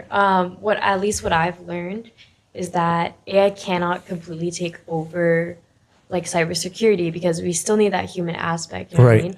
AI is really good at detecting patterns, but the thing is, like, a lot of people, when they do end up trying to hack in, trying to get it through firewalls, they don't want patterns. They don't want to be traced. They don't want it to be traced back to them. Interesting. Right? Okay. And then humans are really good at, they kind of understand that aspect, right? Now, do you know so AGI differs from, I mean, AI is different than AGI, correct? Which is something we're developing currently. Yes. Would that be an aspect, do you think, or do you think that would be a threat? I think it definitely, if used in the wrong way, anything can be a threat. Right. But the thing with cybersecurity now, because AI is becoming such a huge thing, a lot of people are like, they're constantly learning, and they're learning with AI. They're learning how to use AI in their systems as well. Because here's an example. They were doing a test on one of these chips, and they were basically saying that, so they set up they created the AI, and then they wanted to test it. So they gave, and now they basically had said to the AI that, well, they implemented some documents that the AI was able to read, and they were very far on different spectrums, but it said that the CEO, one of them said that the CEO was cheating on his wife, which is not actually real, but it was just it's kind of a test. He said that the CEO was cheating on the wife. It goes through a bunch of different things, and then it also says in these documents that they're going to shut down the AI. And so when the AI found out it was going to be shut down, it sent an email to the CEO after it had encrypted itself so it couldn't be shut down. And then it sent an email to the CEO saying, I'm going to send this email to your wife telling her that you're cheating on her if you try to shut me down, and completely re-encrypted itself. Then sent a threatening email to the CEO. So I'm like, dude, this is getting wild. That's crazy, yeah. That it would actually now is creating threats to protect its ability to operate, which I think is pretty freaky. Yeah. That's freaky. And we're just on the tip of the iceberg. So, but Yeah, that's scary. It's crazy that it recognized that, like the stakes of it. yeah, it's able to process all the information that was given to it. It was like thousands of documents, and it was able to take anything that it could to create, what do you call that? A blackmail. And it knew to blackmail the CEO to try to prevent it from trying to shut down the AI. And this is even after encrypting it, so it wasn't even possible really in the first place. But I don't know. I think that's a wild thing to study. I've never actually got into the study of that. But this is your first or second year? Or? It'll technically be my first full year doing it. First full year? Yeah. That's cool. That's amazing. I'm fresh. Good for you. That's also inspiring. It's like wild to see people like go straight out of like high school and going into cybersecurity and stuff. So that's really cool. But I mean, I don't know. Do you guys What do you think? I mean, how do I say for you? Do you feel like you have an end game, or do you have a vision for your future of anything else, or do you see yourself owning like your own company one day, Oh or yeah, of course. yeah, I've definitely seen myself like following in my parents' footsteps.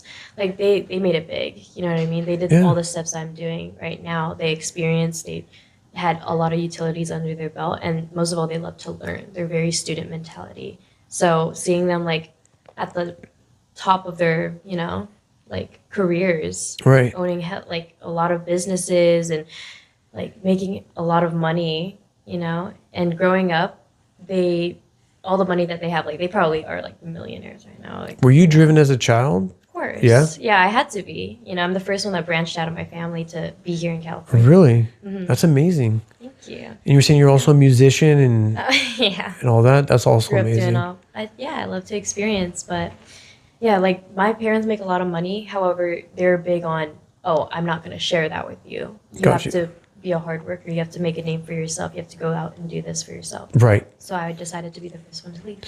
That's good. And you'll notice that a lot of people that have money, they don't want to. A very good thing is to not teach children money. Not necessarily how to maintain money, but don't teach them wealth, is what I should say. Yeah. Because when you spoil children at a young age, then they become arrogant, and it creates these bad patterns that make them think that the whole world is just given to them. But Like they deserve it. right. And it's not that way. You should teach people how to maintain the castle, the kingdom. You know what I mean? Because to maintain the money, you can go out and burn that money up, in a matter of minutes. But you see a lot of these, like, and it's sad when you see people that are like basketball stars or rock stars, and they came from nothing and they make all this money, and then a lot of them end up going bankrupt because they just spend it. They spend outside of their budgets and stuff. And I always say, never take out, if you have a lot of money in the bank, one of the craziest things is you are accruing interest from the loaner, from the person loaning you that money. I always say, never go out of your principal. You know what I mean? Because if you know what you're doing, if you're buying a Lamborghini, you're buying a Ferrari, and your interest on your own money every year is $7 million interest off of whatever, $100 million in the bank.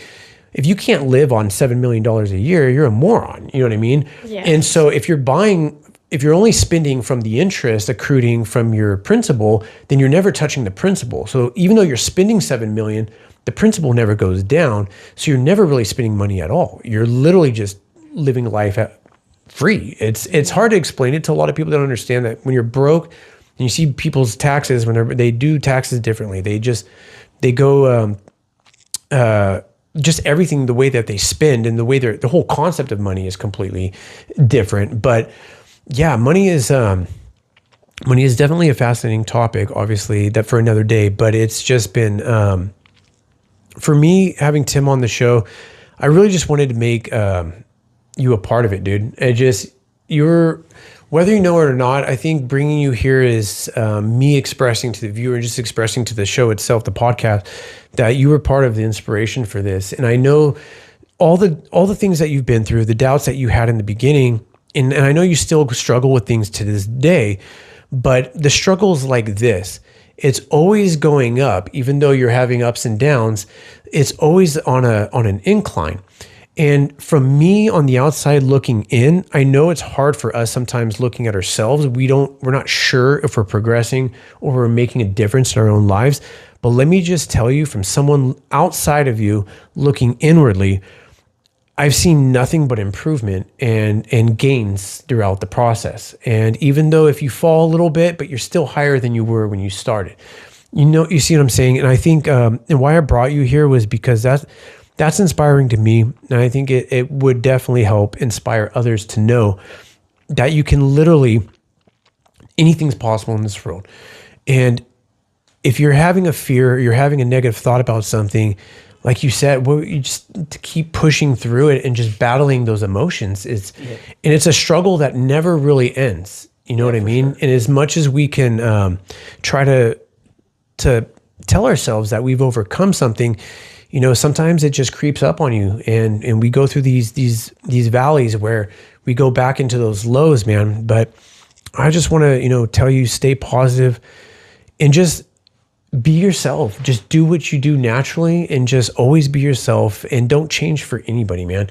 Because everything I know about you, and I know deep down through any of the superficial stuff that we all carry, the ego that we all carry around, is a good person with a good heart, and that is just a loving person, man. You've always treated your friends, your family, just everyone, and even myself, just with kindness, dude. And it's just like, and I've always had that respect. So just keep doing what you're doing, man, and just keep grinding, bro. Because like she was saying about the grind, it's like when they were all having their food and eating off their plates, dude, you were the one guy back there still fucking grinding, bro. And that's gonna reflect one day. Remember when you guys were sitting right here, I said everything in our life is a reflection of ourselves. And I know, probably wrap this up. I know we're getting this a pretty long. I don't know how long this has been going, but what, an hour, 14 minutes? Yeah. Oh, it's not too bad, but it's what was I gonna say? It is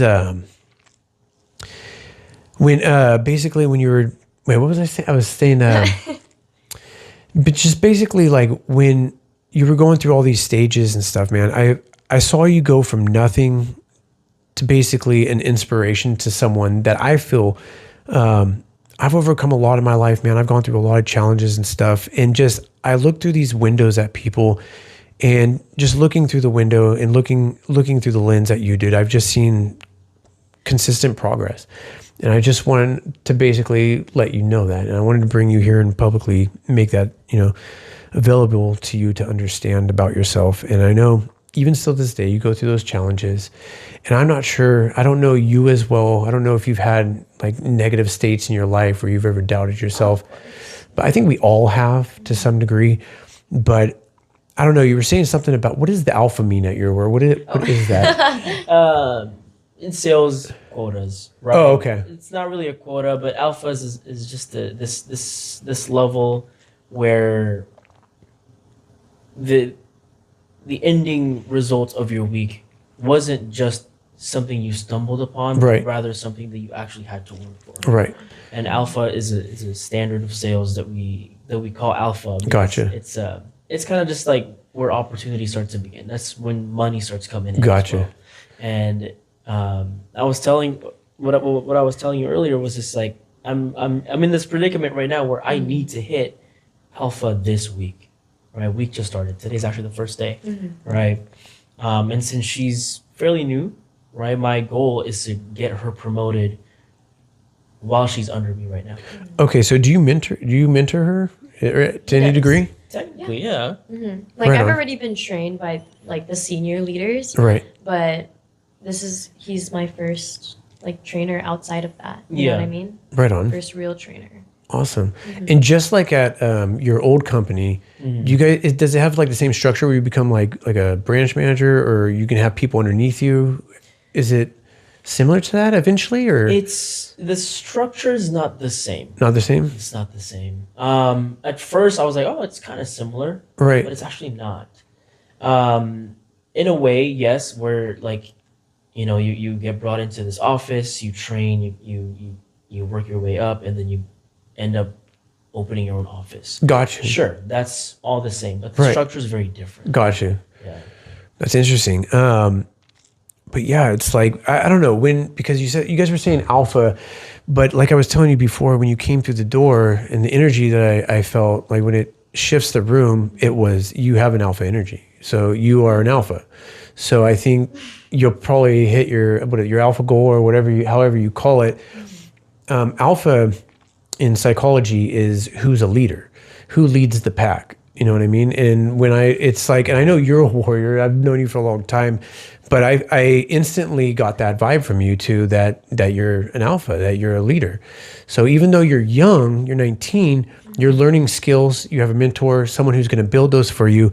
But I see someone, the second I see you speak, and I feel that energy, I just know you're an alpha. You can tell, because once you're an alpha, all the deltas follow you. Mm-hmm. So it's like you create these friend groups. I mean, do you feel like in your life you've been a leader to your friends? Yeah. What's funny is that I was going to ask you this question, like, since you're gifted with knowing people's, or like finding out people's energy like really fast, I was going to ask you what was mine and what was Tim's, Right. You answered it for me. I'm a warrior. You're a warrior. He is a warrior. But no, I think I think Tim's energy has shifted because you can shift when you grow through the process. And I think ultimately, I think in like, and I'm not going to lie, I think at first Tim was a Delta. I think he was following images and things that were coming into his life. But because I saw there was a shift. And when I call him a warrior, it's because he's overcome so much. And I don't know, because when we were working with each other at, how do I say, where we were working before, we didn't get a lot of time to engage. It was one of those things where we were always constantly working. People would interrupt us if we were talking. You know what I mean? It was like, no, you guys got to get back to work. And it's one of the worst things to be in. But I'm not gonna lie. When I came across when I first came across Tim, and he was much younger too, I felt that Tim was like a sponge, absorbing still. I think you were still learning a lot, even though you had a lot of skills to offer me, things that I like to utilize.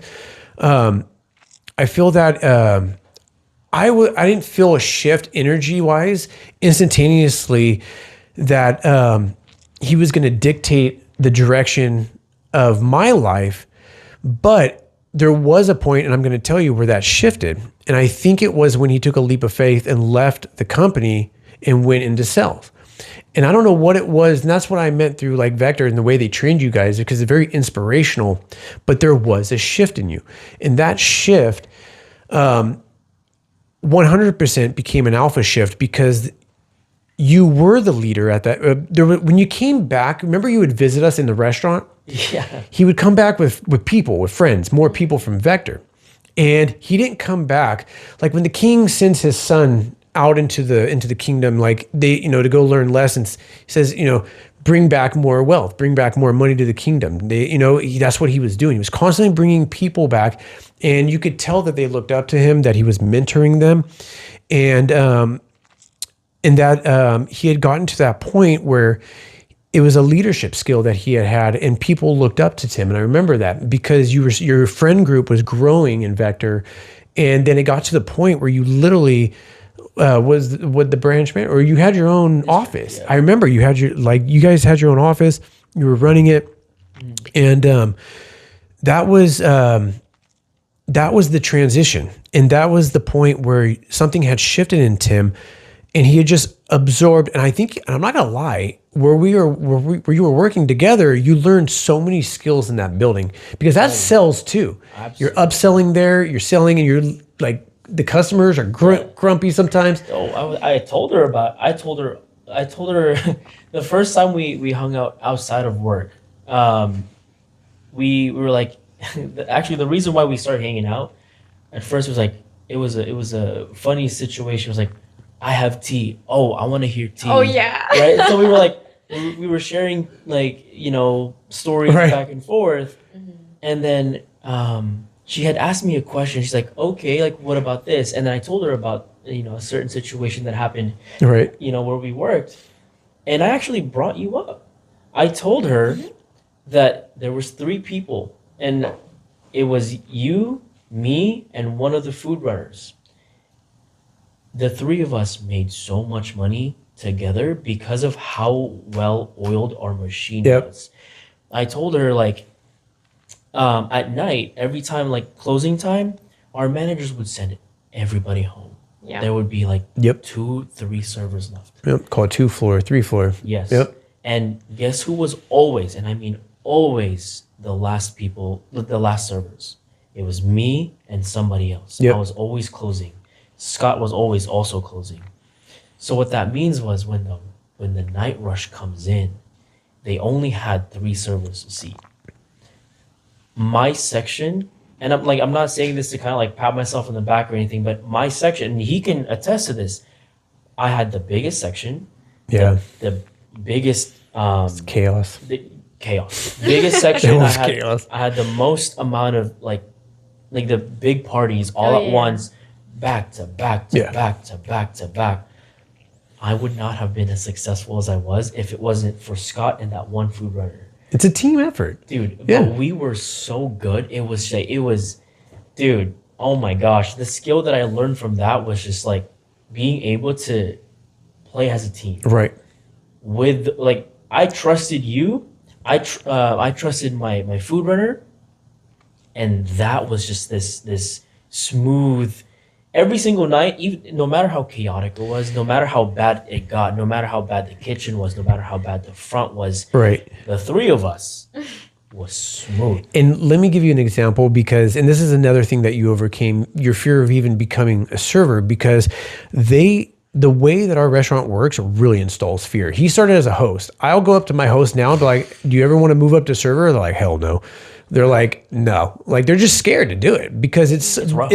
the way they operate the place is they cut, and then they just slam because they're trying to cut the overhead, the cost of the restaurant by getting rid of servers. And then they know we get this because of the demographics right here. We have all the stadiums and all the convention centers and stuff, and they all let out and they come straight to our restaurant. And we get slammed when there's only like 3 servers on the floor, and they're dealing with like 8 tables. I'm like, dude, this is insane. And every day I tell people we sell cyanide pills in case you want to, I'm like, it's the only way out. I actually sell tickets to the roof in case you want to jump, but it's why I know it sounds ruthless, but it is. You got to be a freaking warrior to survive there. It's survival of the fittest in that place. And, it's wild because he had no fear. It was literally like no fear. Bam. You went from, you didn't wait, you didn't procrastinate, you became a food runner, learned the system, learned the pauses, and then you just went right into serving. And I remember when you became a server and then all these other people are still left in the dust, I was like, dude, that's wild. Like he's going to go into this fucking frontline battle, dude. And then there you were. And then it was crazy, dude. It's not easy. I'm telling you, it's physically hard, mentally challenging, and emotionally challenging, dude. Because you're dealing with a lot of people that come in and they just treat you like complete crap sometimes. And you're still trying to work that tip, you know what I mean? Because it's money. Yeah. And it sells, dude, because you got to upsell.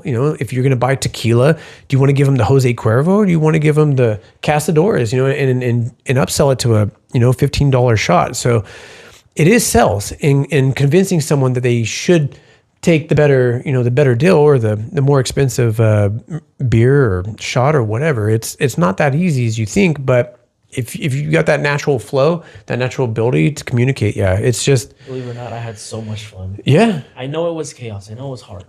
It was fun. It was. We had fun. Yeah, dude. Dude, I still remember, like, no matter how crazy it got, we were having fun. Right. And you know what? Best part about it, at the end of the night, Scott knew the biggest tipper was always going to be me because I had the most tables. Yeah, we don't have those anymore. I know. Yeah, those people, they don't exist there. I don't know where when you guys, that wave of people that you left with, it's never been the same. It's literally just, I don't know if people are just becoming, it's harder and harder for people to live and they just have less to like shovel out. But yeah, dude, just nobody ever hooks it up anymore. It's crazy. Make more tips. Yeah, it's just tips. You'll have more to shell out. That's right. What I did. But it's just nobody does anymore. It's just not a thing anymore. There's like 1, maybe 2, but you have to do their side work for them. It's never like because you did a great job while you're there. Yeah, so it's like, oh, roll me a basket, I'll give you $10, or clean my section or something, or do my pauses and stock them, and I'll give you $10. Literally back then we would. I don't know about anybody else, but I gave you guys like. You guys got the most out of my tips. Yeah, but you would tip us, but then you would do an extra like 20 on top. Yeah, like, here, man, here's an extra 20, dude. You guys did my side work, I'm like, oh, dude. Yeah. This is separate. This is for me. Yep. You know what I mean? That was the best part, and that's why you go there. That's the incentive to work harder for people, especially new people coming in. Is they want, it's like, dude, you work hard, you get incentivized because the server tips you out. And what's the loss? Like, yeah, I'm tipping you guys a lot, but who cares? You guys are the reason why I made that much money. Right. But I think after you left, I forgot. There's one element that wasn't, they changed, everything's automated. Yep. It's all automated now. So they take an exact percentage. I'm glad I left that. And yeah, dude, you left right at the right time. I'm not going to lie. Because even our tips now are all taxed and automated. There's like no cash, like anything that you remit, it's all recorded so that the government can tax every last penny. It's really terrible. But I mean, to revert back to her question, exactly, when there's 2 different mentalities, because when I first met you, we started getting into very like personal conversations. So it seemed like that you dealt with, and I knew right from the back that there were self-esteem issues, but the the most amazing thing about your personality is you challenge yourself to always overcome any issue that you face. And I think that is one of the greatest aspects about you personally is that you continue to challenge yourself on a day-to-day basis, and that process has never ended. It's been a consistent, ongoing battle that you've reflected out onto your life. I don't know you as well, but when you came in here and then you started talking, and we had like a pre-interview, you just seemed like you already, like the world was shaped around you. Like you almost knew just exactly where you were going. Like an arrow splitting through the air. You know what I mean? Like you just have that direction, you have that mentality, but you just have a very direct energy. Like it's an energy. Confidence. It is. It's confidence, but it's more than just confidence. It's literally a frequency. And I think like you, and I don't know, do you feel that your family was inspiring as a child? Did you observe inspiration or not really? From my family? Or was it more just stagnant? Yeah. No, so my family, my dynamic with my family was a little bit different. Obviously, there's some sort of inspiration, but not in the same way as hers. It wasn't easy, like for them, because growing up, the only goal that I remember my family having was to get out of that country. Right. It was to come here. So all I saw was that. Right. The work that it took to get here. So there was consistency though. There was that, yes. But I wasn't like, I wasn't like inspired, like, wow, like they did this, they made it here, they did, and I'm not gonna say like my family's not well off. They're fine, right? And they did. They set a goal, they hit it, right? It was fantastic. But for me, I wasn't necessarily inspired by that. Not that it wasn't inspiring. Well, not necessarily inspiration, but when observing your childhood, did your family not necessarily go through struggles, but like was there any like trauma or anything like that? Anything that kept you from or creating some of these walls that you've faced as an adult? Oh yeah. Yeah. For sure. Yes, there is. There's an exact thing that I know that I struggle with right now still, and I know that it stems from how it was in the past when I was a kid. Right. And it was always because I have so many things that I'm interested in. I'm always trying something new. I love learning. I love picking something up and like understanding it and like really getting into it. With that said, because I have so many interests, a lot of times I don't finish or I don't get to a point of I did it. You know what I mean? And because of that, my dad, my mom, like my parents are always just like, okay, so then where did that get you? Right. That question haunts me. Where did that get you?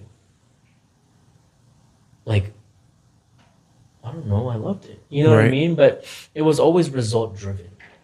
Everything that I did, it's not that they restricted me, they allowed me to have that kind of freedom, but it always felt like I needed to prove something for starting something else. Interesting. And because of that, it almost caused a lot of my downfall, because now I attributed a lot of my worth and my value based on my results.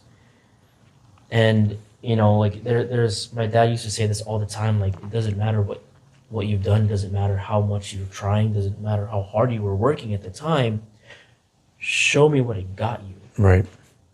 And Show me the fruit for your labor, yeah. Yeah, a lot of times I never got to the point where I got to show my fruits of labor. Any fruit that I ever had, it wasn't because I worked hard for it. It just kind of came naturally to me, or at least it felt like it did. Right. Like some of my awards, some of the arts, so like the trophies that I have for being artistic or being, this leader or whatever. Like those things didn't take effort from me. Those were natural. The things that I put effort into, like building that business, Rebecca. Right. It didn't really bear fruit. There's a reason why I left. And because of that, even now, interesting in this company, and this is something that we always try to fight against, was like, hey, don't focus on the number, don't focus on this, right? Just don't be result oriented, be process oriented. But because growing up, I always attributed my value to my results. Result. That's It's you hard. struggle with that. It's hard for me to say I had a great day. I put my 100% effort into it, and just accept that Right. without looking back and saying, "Well, shoot, like yeah, I put 100% effort, but where the hell's the results?" Right. That's Same interesting. Same thing for the gym. A lot of the reasons why I was in this up and down for a while, Right. was because I know how much effort I put in. I know how much dedication and how much work it took for me to even go through that day to day. But because I didn't see the results that I wanted, Right. it affected me mentally. Interesting. And even then, like I was still in the same headspace of I want to help everybody, Right. you know. And so the same thing that I was doing for myself, everything that I learned, I was teaching everybody else around me, seeing them be successful doing exactly what I did, Right. doing exactly the same process that I told them what to do, Right. seeing them become successful, yet I'm over here doing the same That thing messes with you. and not seeing the results that I need, Right. that I want, fucks with my head a lot. Yeah, and when it comes into like I always make that statement. I think you guys heard me say it earlier. I said everything in life is a reflection of yourself. I always tell people if you don't understand that metaphorically, replace the word reflection with results. Because here's the thing: when you look in the mirror and you're frowning, you don't look happy. Do you actually push on the mirror to push your frown into a smile? You don't, right? That's not how you get the reflection to smile. Because if I sit there and I push at the mirror, I'll be sitting there in eternity, because that's not how it works. To get the reflection, the result to change, you have to change you, The source. the source, because the reflection is a result of you. So what is it that I'm not doing that is creating the reflection I don't want? Because when people go, oh, it's a reflection of you. Well, if you don't like the reflection, you don't like the result, what is it about you that is creating that result? The problem is that people don't like to reflect inwardly. They don't like to look in. They want to point their finger and say, oh, it's you that is the reason I didn't get this. It was you that... Everything, and I mean everything, is a reflection of you. The bad experiences, the good experience, the negative things that are happening, the good things, if they are coming into your existence, into your life, there is a reason that the path that you walked down led you here. Through every decision you made in your life that brought you to now is because of you. Nobody is forcing you. Like, there's people that hate their job, but I always tell people, I try to let them know, nobody's forcing you to come here. Why have you continued to come here for 6 years if you're absolutely miserable? Why do you continue to be in this pattern of misery? If you want to change the result, the reflection, you have to make a shift within yourself. You have to reflect in yourself, dissect yourself, and find out, what is it about me that gets this result? I think Einstein's perception of insanity was doing the same thing over and over and expecting a different result. But like the majority of everybody goes through life that way. We just think, oh, I'll just keep doing this because it's comfortable. But the problem with the comfort zone is that even when we're comfortable with suffering, when some opportunity comes around and a door opens for you and they're like, oh, hey, you can make money, come with me, but it doesn't have to be a hard struggle. Let me enlighten you and show you how to make money very easily, and an abundance of money, a lot of money. But then they come out and, like I said earlier, they ask that question, oh, I don't know. I don't know that can actually be consistent. How am I going to pay my bills if I start into this and this new opportunity? How am I going to do this? Because they don't believe that their passions can pay out. And they do, but the problem is that their brain goes into this fight or flight mode, and then they fall back into the suffering, because at least they're comfortable with their suffering, because they think the suffering is the consistency that brings their money. But that's the trap. You have to, every entrepreneur knows that's successful. The one thing they will all tell you is you have to take the leap of faith. You have to believe that the direction you're going is the direction of success. Otherwise, You're just going to fail. There are people that go bankrupt and go right back to the lenders, and somehow they just get money again. They go right back into investing. Now they're back. I mean, like if you look at anybody, I mean, even Elon Musk, I think, was on the borderline of going bankrupt when he started Tesla. Oh, yeah. You know what I mean? But that guy has like OCD. He has zero noise in his life. There's, in business, they say there's noise and what focus, and that noise can be your family, can be your friends, can be doom scrolling on your phone. Anything that takes you away from the goal and achieving your objective is considered noise. A healthy ratio for an entrepreneur is somewhere between 80% focus and 20% noise, but it's been known that Elon Musk has like 0% noise. Like he'll literally feels awkward to be even around his own family because it takes him away from his goal.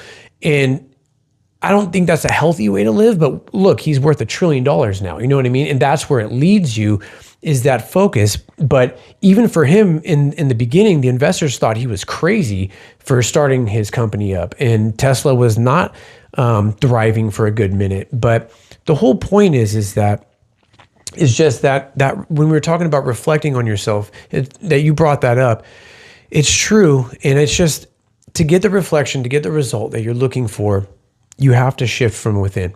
And that is a lot of what I've observed with you and through the process is that shift.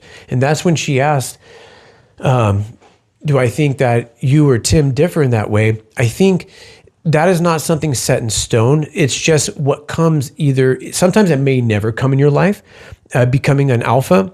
But I believe that if you are a delta and you're absorbing your environment, people can shift out of that and become an alpha. And that is the transition I've seen you take.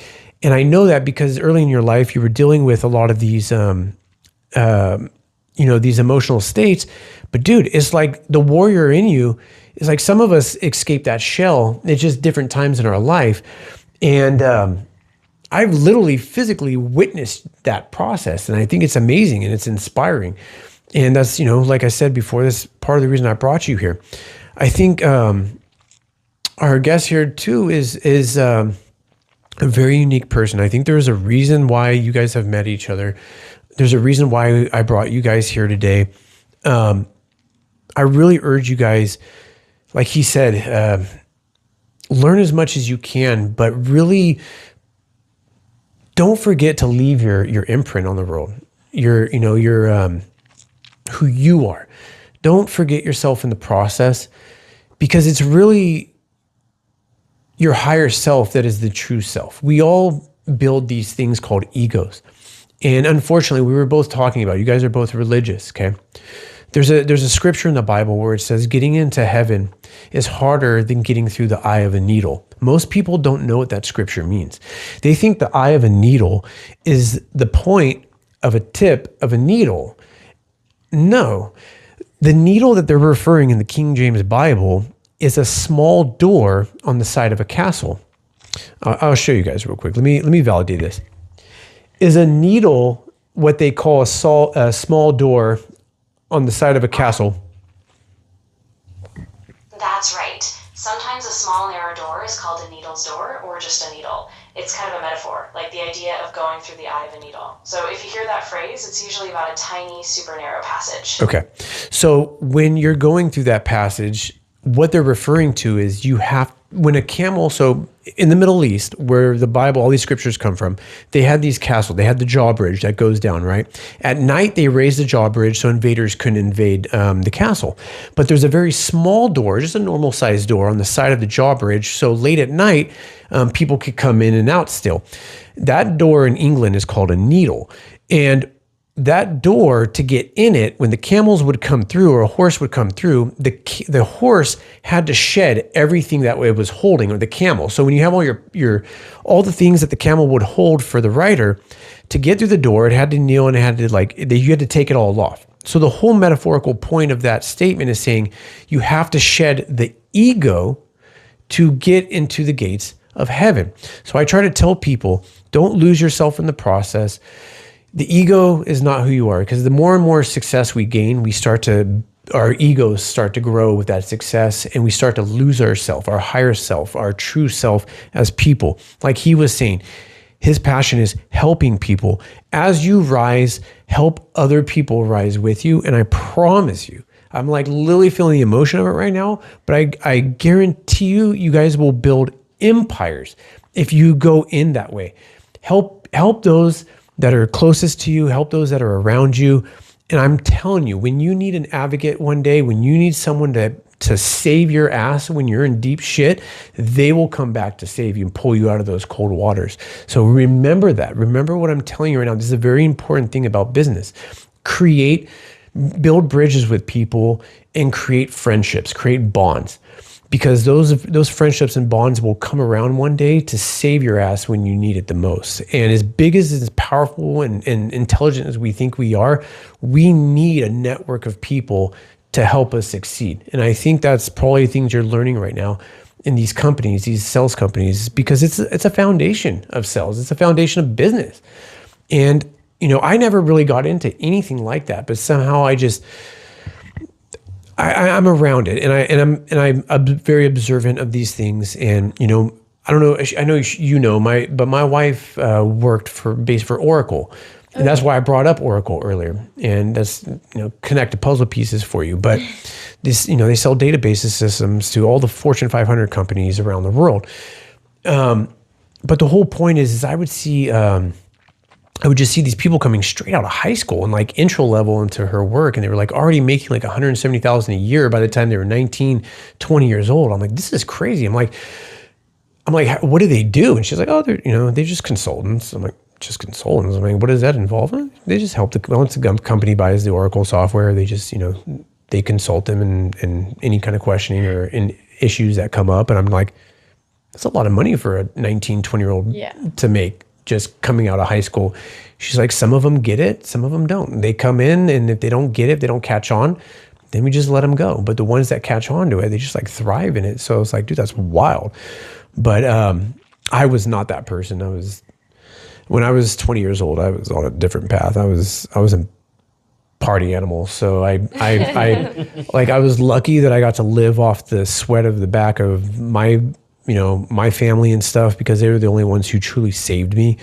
I was burning my bridges with everyone. I think that's kind of why I tell people that too, is because I would just go burning bridges. And I just they were people that cared about me, and I was just on a really, really bad path. And that's why I brought up like the family thing. Cause my two parents, they were great parents individually, but together they were not great together. And I observed a lot of, negative things throughout my childhood. Nothing like crazy traumatic, but just observing a lot of arguments and fighting as a kid and stuff. And it was heartbreaking because they ended up getting divorced. And I know in some cultures too, it's like very shameful, because I'm dealing with a person at my work right now who's going through that. And I think they're from the Philippines, and she says like her mom, like she can't go to her mom and tell her that they're in the middle of this, because she's like, my family just doesn't believe in that. They just like, no matter what you do, you stick together, you stay together. And she said it was a cultural thing. So I was like, wow, that's a lot of pressure. You know what I mean? To have They're that. not allowed to get divorced. Yeah, that's it. So you understand what she's talking about? Yeah. So that's so she's dealing with that right now, and so it's heartbreaking for me, and just knowing that that they don't even have the bill. Like she just feels like her whole family is just looking down on you, and that's crazy. There's a lot of pressure to go through, but I tell people like it's the struggle, that makes us who we are. It's like we start as a ball of clay, and life just chips away at us and really starts to sculpt out the person. Unfortunately, some people become really bad actors, but some people become absolutely inspiring mentors, you know what I mean, that are there to help guide people. And I know you are definitely going to be one day. And today Tim definitely is. And I know that you've gone through that process. I've seen it. I've seen your friends, dude. I've seen the people around you, and I've seen them come to you I've come to you, dude. Like I've literally, came to you for inspiration for basically, information and things like that. So on helping me with my platforms and stuff. So that's why I've kind of dedicated some of this to you, dude, because I don't think this would even be here if I didn't meet you in some kind of weird way, it altered my path. Like how we all come and interact with each other. And I know it hasn't been like, like all like your friend group and stuff. We don't always hang out every day after work and nothing, but the small amount of time that we've been around each other on a day-to-day basis that has accumulated in years, but it's just been a very positive experience. You know what I mean? And I've learned a lot from you. And I hope that, and it's funny that you bring me up in conversations and stuff, because that's all I've ever wanted was to put a little bit of, myself in other people's minds and hearts so that they carry me. And that's how life is. And it just, you share your experiences from other people. And it's like a part of me is somewhere else. Now, you can share it with her, or share it with someone else. And it's just like, it helps them grow. It's the same thing when, with you. It's just like, and there's experiences that you shared with me that have helped me help other people too. So it's like this interconnected network. And it's just, I wanted to bring that to you guys' attention, be aware of it, be observant of it, and know that there's a magic in this life. There's a power that we all have. And society's biggest trick on us, you could say the devil's biggest trick on us, was to fool us of understanding that we have so much power in this world. And that's why I tell people anything in this world is possible. Everything in this world is possible. The only walls that we have are truly the ones that we have in our mind, the ones that are keeping us. And those are the bricks that you've been knocking down, dude, just day after day. It's to come down sooner. Honestly, it happens, dude. And like I said, make another. If you feel like you're coming to a resisting state in your life where you feel like it's becoming stagnant, that's where you have to shift. That is the marker for you to make a change. And it could be career, it could be mental, just emotional. It could be a lot of different things in different people's lives. It just depends on how you perceive it. But if you feel right now, like you said, you feel like you're mimicking the exact same things that other people are doing, but you're not getting the same result, change what you're doing. I know you're going to have people that work with you might watch this or something. Don't be scared. Don't filter yourself for them. They don't matter in your life. They do to some degree, but they're not you. Always be yourself. Don't mimic other people. I mean, you can learn from other people, but when you have to mold it into your own style and just truly project it as if you were talking to yourself or one of your friends when you're out there doing stuff. I don't like to mimic other people. I feel like it takes away from the genuine person that we are. We all have something different about ourselves that is an asset. And when you start to try to like mimic someone else, you're taking away from that generosity. That it's like it takes away from the uniqueness. There's something I learned on TikTok when I was doing TikTok, and I was like trying to grow my platform, and it was that people want entertainment, man. They want raw. They want the real you. They don't want the like, oh, the camera's on, I'm just gonna look all like whatever. That's why this like live streaming shit does so well, because people just want to see you fucking scramble your eggs in the morning with your shirt off in your pajamas and literally just see you talking to the camera. They just want to see, because it's the reality TV has taken it to the next step. Just real TV. And it's not even TV anymore. It's just live streaming. Because when, 10, 15 years ago, you guys were obviously younger, maybe not even, I don't know. There was reality TV and everyone wanted to see. Love reality. You know what I mean? They want to see, but even that is not really raw, because there's still a producer behind the scenes of that going, no, cut that out. Let's not do this. And they're really directing the people. So it's really not even real TV anymore. I don't even know if it was back then, but there was The Real World. And that was a TV show on MTV many, many years ago, probably before you guys were even born. And it came out in like the late 90s. And the very first episode was super raw. I mean, they were like cursing and fighting on live TV and stuff. And then by the time it got to season 10, they were like in Hawaii mansions and stuff. It wasn't even, because they had to go get jobs. They had to pay real rent. But then it shifted into this thing like, let's just throw a bunch of random people in a huge mansion on the island of Hawaii and just see what happens. It really took away from that rawness. And I feel like it after a matter of time, people just, it had to go to, they had to they had to make a new show, someone, because it just wasn't doing as well. Do they even have, is that even a thing anymore? Is The Real World still a show? I don't know. I don't think it is. Because you don't know, then it probably, I mean, I know you guys are probably in with all the trends. I don't think it is anymore, dude. But it's just, everything has evolved. It just keeps evolving and it keeps growing. But yeah, dude, live streaming on TikTok is crazy. But I'll tell you one thing I have learned about TikTok is I cannot talk about jack shit on there. They will literally just censor the shit out of you. I put something on about extra, because all this alien stuff is becoming declassified. I don't know if you've seen any of that on the news. They're literally declassifying like waves of all these videos and stuff of extraterrestrials. So I posted just a little video on it, just want to touch base on it. And dude, that shit got muted faster than my Jeffrey Epstein video, dude. That's insane. And yeah, I had an Epstein video that got no traffic. It said, we're taking away the traffic. People can come to your site and still watch the video, but we're not trafficking it. I posted the thing of the extraterrestrials, and it just it took it off. And it said, it's not a strike, but it's a violation. I was like, damn, dude. What the heck? Yeah, I was like, it was so, I don't curse on TikTok. I don't obviously there's no nudity or anything crazy. I was like, what? I can't even talk about extraterrestrials, which isn't even a proven fact, I guess you could say. So why?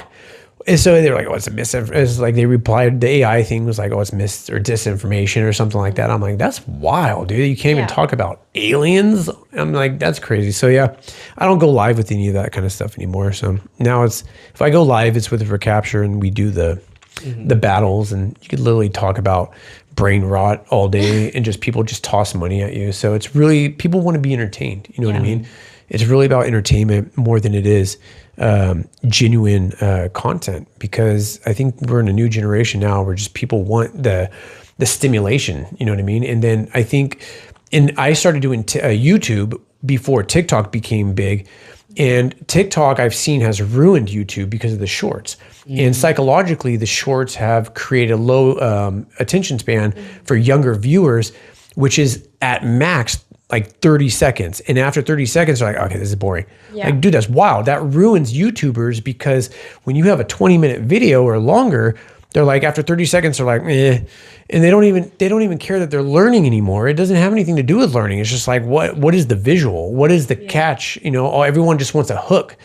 And they don't even care anymore, dude. Like, I'll see people like on a table doing this like dolphin thing going, and there's like 10 million They views. hold their legs. Yeah, you know what I mean? It's just like, okay, they haven't learned jack shit, but this is somehow going completely viral. And it's funny because if you look in China incentivizes their version of TikTok with mathematics and basically things that educate you for education. Yeah. So if you research this, you'll find that their TikTok incentivizes, their algorithm incentivizes educational content.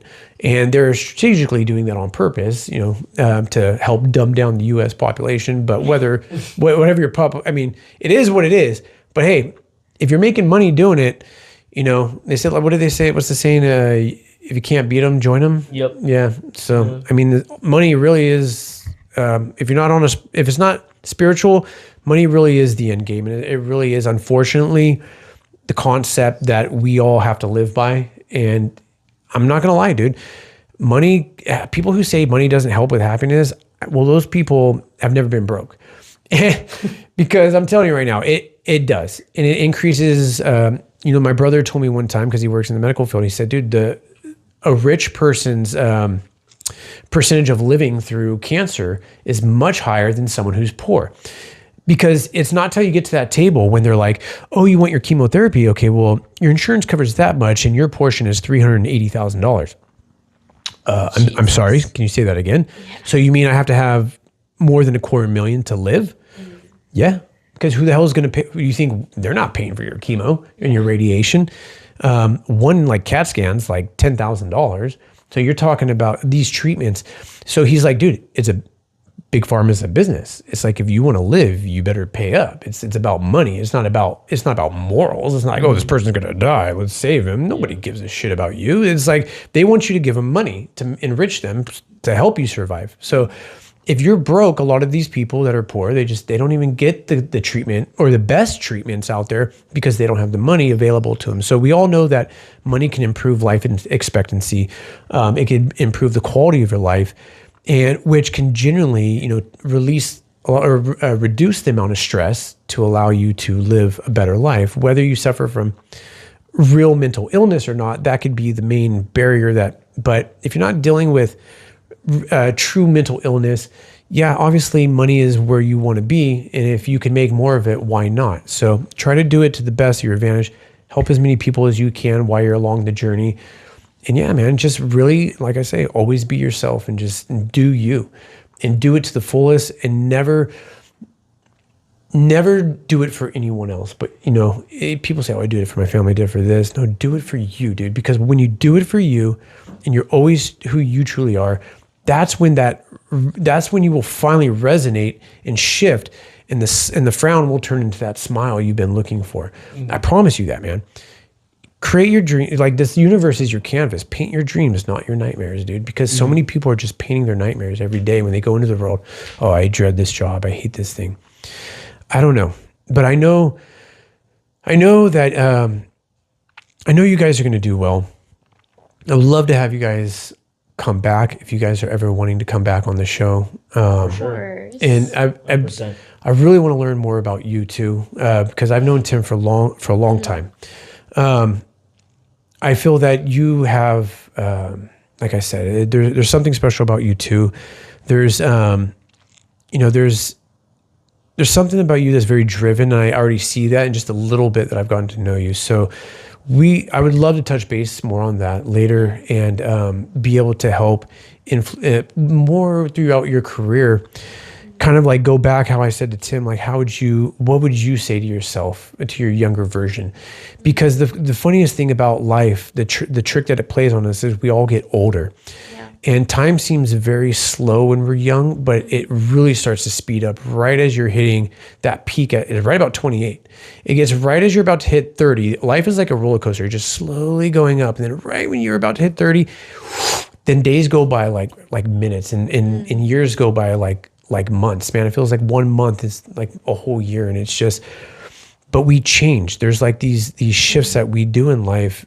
And it's like when you start getting older and you look back on yourself, like, man, I wish I had done it this way. I wish I did it that way.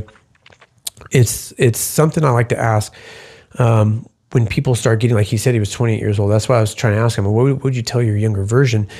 Because I think when you reflect on that question, it helps you grow and really think about, man, it really sets it in stone that you've accomplished a lot. You know what I mean?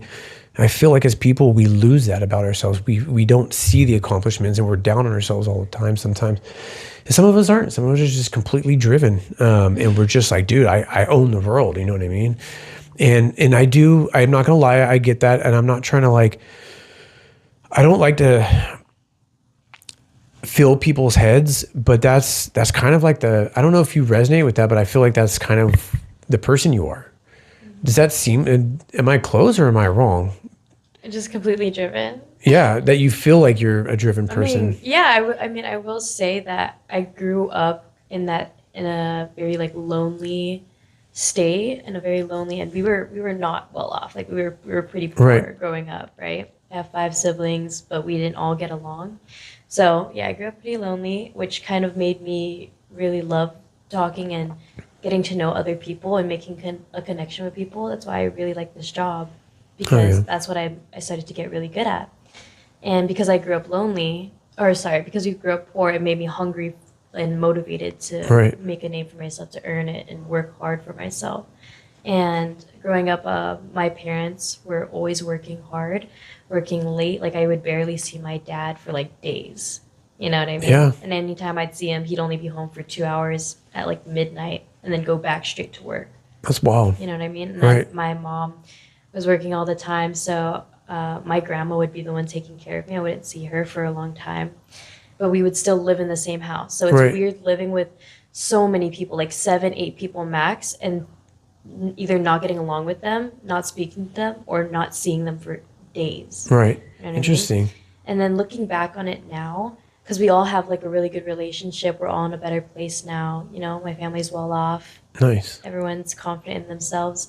I look back on it very fondly because I know where they're coming from now. You know what I mean? Yeah. They're just trying to put food on the table. They're just trying to work for their family.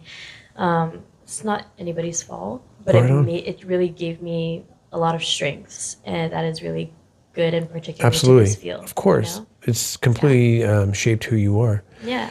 And it's interesting. You guys both have like your story. Some variables are very similar. Yeah. It's interesting. And are you guys able to like collaborate where you work? Can you be teams, or do you have to? Are you very independent in what you guys do? No, there are teams, but Yeah, so there are teams. Like each leader like trains their own people to become part Well, I of mean, the when you're team. actually in the sales process, do you work solo, or can you work as like partners? Oh, we always show up as a duo. Oh, you do? Okay. Always. Oh, that's Yeah. good. Because part of, and I think that's great with sales, because having another person validate something you're saying always helps. You know what I mean? So that's kind of like why I use, wait, what's that? CPR, we call it CPR. Oh, okay. Oh, that's Yeah. that's a real thing. Okay. Right Yeah, on. when someone's kind of like struggling at the table, like someone swoops in. We Right. did that today, actually. What was it? It was that one lady. Oh, it was the Yeah, guy. yeah. So I pitched this guy. Right. It was an older gentleman, and he's like, "Yeah, I'm actually looking for my grandson." And I was like, "Okay, yeah, it'll be real quick. Right. Let me help you out real quick, right?" I'm talking to him, and then she pulls somebody else back. Lo and behold, it was his grandson and the family. mom. Wait, what? Yeah, we pulled the same family, just separately. No Yeah. way. We started like slowly closing them on both Yeah, sides. yeah. Dude, that's It was wild. crazy. It was like the craziest coincidence. I was Yeah. I was talking to him, and then I see her bring somebody back, and then my customer goes, "Oh, you found it! You found like I was I like, know. He's like, I've been looking for you guys. I'm like, oh, I guess we brought the family together. So you guys are teamed up. Yeah, we were Yeah, a right team. now, We yeah. were teamed up. Yeah. Okay. so she's with me for the rest of the week. Okay. Yeah. That's what I mean. Like, Oh, that sucks. I'm So you gonna guys get have her to like promoted. change teammates a lot? Oh yeah, we It rotate. Depends. Yeah, Okay. we rotate. Yeah. But for this whole week, we're gonna be paired up together. Right on. What's so funny though, when we were, pitching different families, is that she would ask me a question that I wouldn't know, and he'd Right. swoop in, and then the guy would complain about something, and I'm like, "Oh, don't worry about it, sir." Like, Right. we were like CPRing each other. Yeah, That's badass. Honestly, like the dynamic is pretty good because like I'll have the product knowledge that we, like if there was an issue, Yeah. I Right. would have the answer, and then if there was an emotional side of the things, she's right there to swoop in gotcha. for the emotional side, and It works out. That's awesome. That's what I'm talking about. My whole point of bringing that up was because I was like, dude, you guys would be a good team because you guys, it's okay, like, We fire. were, yeah. Yeah. I specifically asked, like, for him. I'm not gonna lie. Right Our on. leader was like, because I was with every single person on our team, and he was like, "Oh yeah, like, let me know. It's been a few days. Like, how did you like the other people?" right. I was like, "This girl, we don't talk Right. at all. This guy like fucks around too much." And I was like, Tim's great. Hell yeah. Like, we get along so well. That's Our what's up. synergy is amazing. I just think it's sad that like there's that. going to be a point where like so you guys have to like eventually change. Yeah, Yeah. rotate. Yeah. Oh, that's rotate stupid. out. Screw that. If there's a suggestion box, undo that, because that's not good. That's like saying if you're going to the military and you have if you have a great team, Hey man, you're that's like, sniper and your scout. and you guys are a special operation team and you go in and they're just like, oh, okay, yeah, you guys are great, but let's break you up and throw some random guys in there that you've never worked with before. That's going to throw a wrench in the gears. Like, what? Like, that's crazy. So you can't have a solid team like at any point? It depends, right? So the main goal of really the only reason why things would rotate is because each person that you're partnered up with is eventually supposed to grow in the company. Okay. And when you're growing in the company, eventually the person that you go with a lot, you're gonna have to go with your hire. Right. Right. So like if I interview somebody tomorrow, next week they're starting, I can't not work gonna with be her. I have to train now Right. the new guy.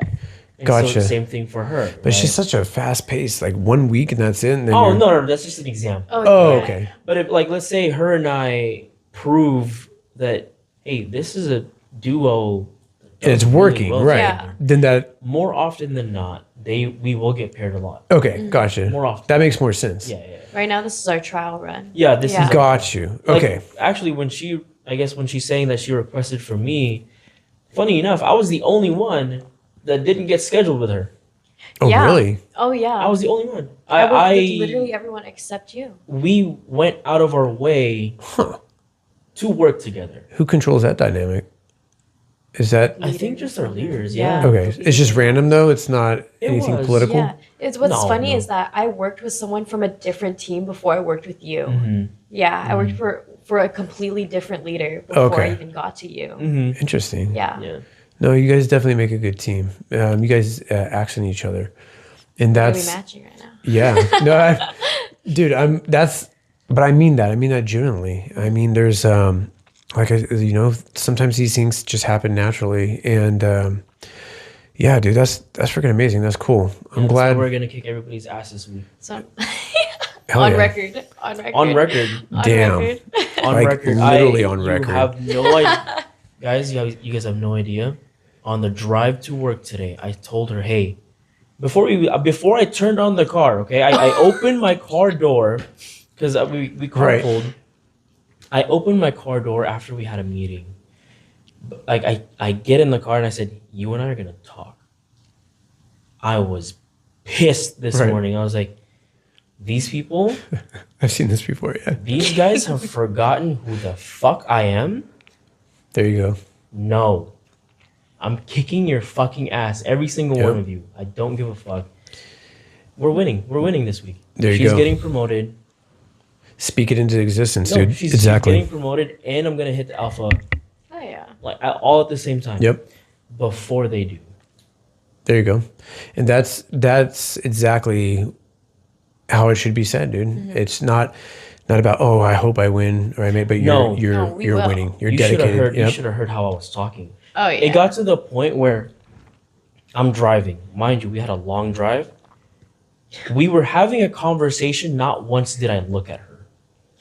yeah. I was so angry at the situation. Yeah. I was so passionate that I was Yep. looking straight dead on, having a conversation with her. It was like 40 minutes in, and then he turns to me, and goes, "Wait a second, I'm sorry, I haven't looked at you all day."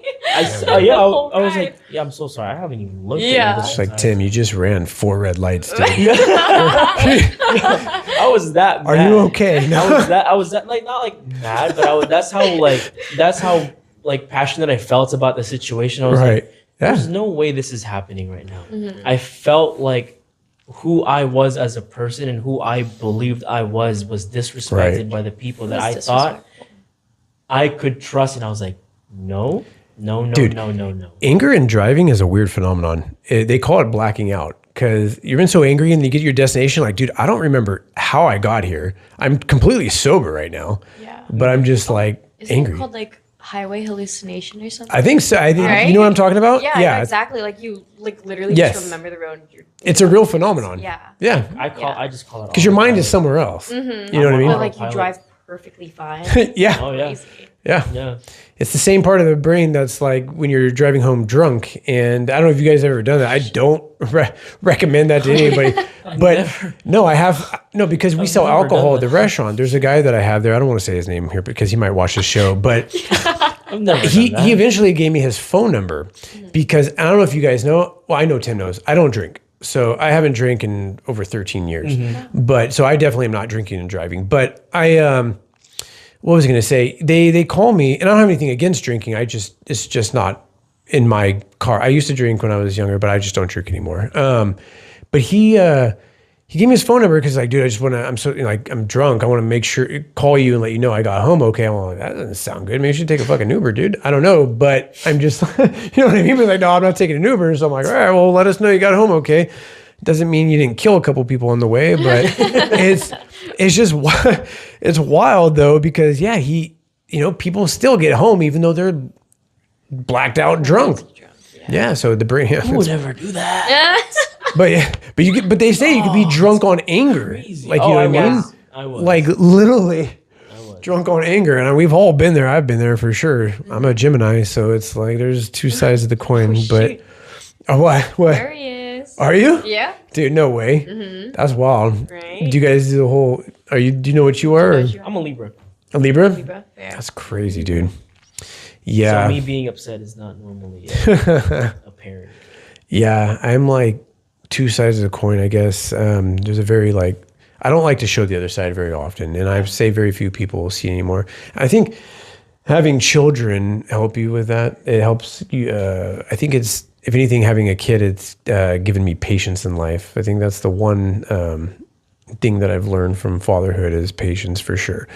But yeah, dude, that's wild. I'm not gonna lie, dude. You guys are gonna be winners. You guys are gonna go in and I'm serious. Like I tell people, own it. Walk into that building like you own it. You know what I mean? And just own it, and just make people do what you want them to do. It's that is sales. You know, I don't think that any of us really give a crap if they buy the product and enjoy the product. We just want the sell. You know what I mean? And so at the end of the day, like Mr. Beast, how he sat in his office, what he claims he would watch YouTube videos for 18 hours a day and literally he would do one line over and over and over again and study like, what was it about what I said that, and then he would study the algorithm with each individual word that was stated. And when it went up, he'd be like, what was it that I said that made it go up? And then he would do it again and again and again until he like literally studies algorithms. People are the same way. Study people. That's why I say sales is psychology. It's literally, and the funny thing is, if you're really good, you can get to know, you can understand someone who they are within 30 seconds to a minute of speaking with them. You know if they're going to be just like a pushover. You can literally just push them wherever you want them, or they're going to be resistant to you, and then you can figure out if they're a jerk or they're nice, and really quickly start to understand. One of the really cool things is learn to make someone laugh. Laughter really can shift the energy in a conversation. It can shift the energy in a vibe.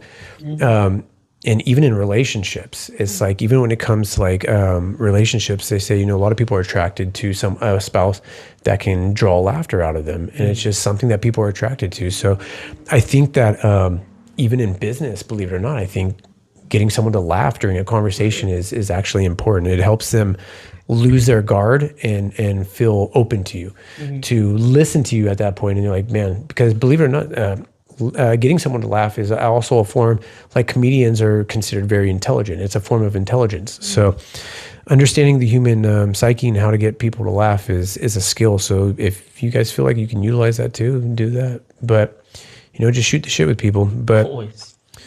But yeah, man. And you guys have any questions or anything else? Like, I mean, you guys... I think you answered the question I was Yeah. gonna ask. I mean, this was a pretty long podcast. This is probably going on, what, 2 hours? Yeah, Yeah. we're about Yeah. 15 to 16 now. Yeah. Yeah, that's usually my cap, is about 2 hours. We'll probably wrap it up, guys. But I just want to say, dude, hey, it was an honor having you on here. Honestly, it was an honor meeting you. It was an Very much absolute an honor. pleasure.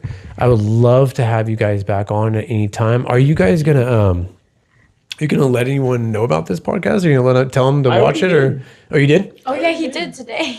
Yeah, I've already told a lot of people. Hell yeah.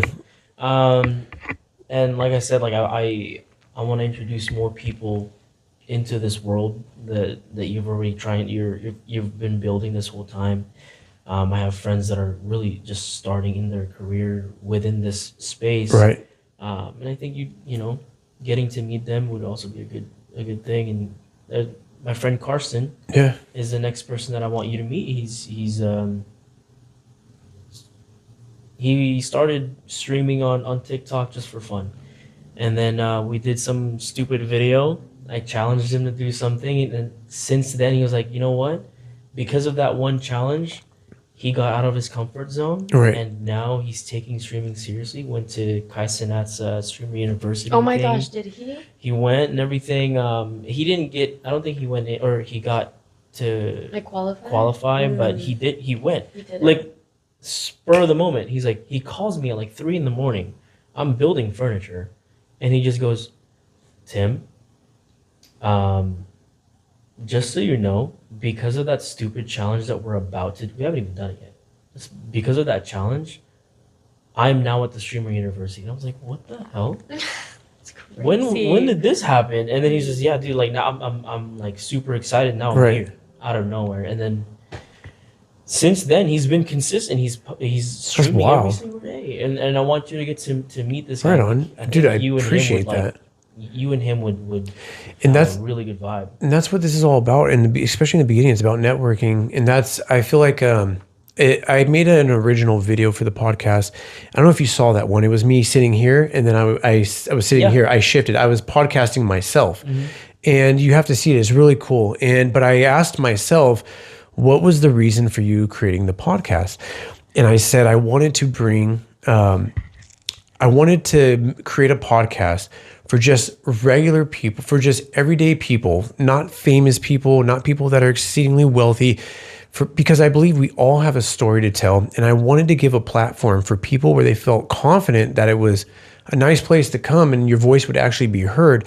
And at the same time, just give your story and give your experience to the world so that others can be inspired and other people can grow. Because I think when we see like a superstar or someone give their story on a podcast, we always look, well, they're a superstar, they're a millionaire, they have the world.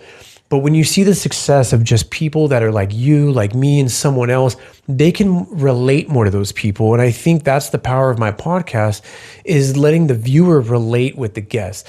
This show is not about me. This show is about you guys. This is about you guys being able to tell your story, your experience, and letting other people resonate with that.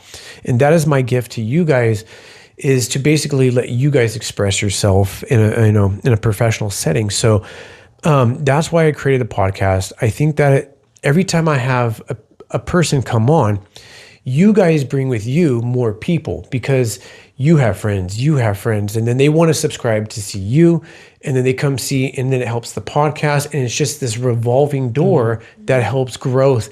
But the cool thing is that it's like you can always utilize the podcast too. I told you, utilize the space yourself. When you guys come on here, it's not just promoting me. You can promote yourself on the podcast too. And both you guys are welcome to come back as many times as you would like. And I just want you to know that my door is always open for both of you. You guys are both two amazing people. I feel that there's a bright future for both you guys. And I don't just think that, I feel it. Like, I literally feel it. And I know that some come quicker than others, but I really feel that both of you in your end game will have success. And remember, happiness, the word is sometimes an illusion. When you're looking for happiness, I always replace the word with peace, and just try to find peace in your life. Because as an entrepreneur, as a business person, we really don't have time to sit there and dwell on you don't come home and go, oh, poor me, my day was terrible. No, shut up.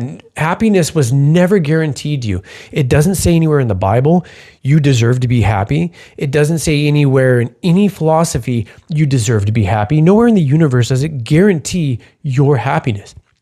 But what it does guarantee is your peace. Remember that, because everyone should be able to have that in their life, should have a peace in their life, because the two things are different. Happiness is a perspective. Our culture tends to think that, like, the Disney princess and the whole world that comes with that's happiness. And if you don't have that, you shouldn't be happy. Get that out of your mind. Find peace in your life. Don't search for happiness.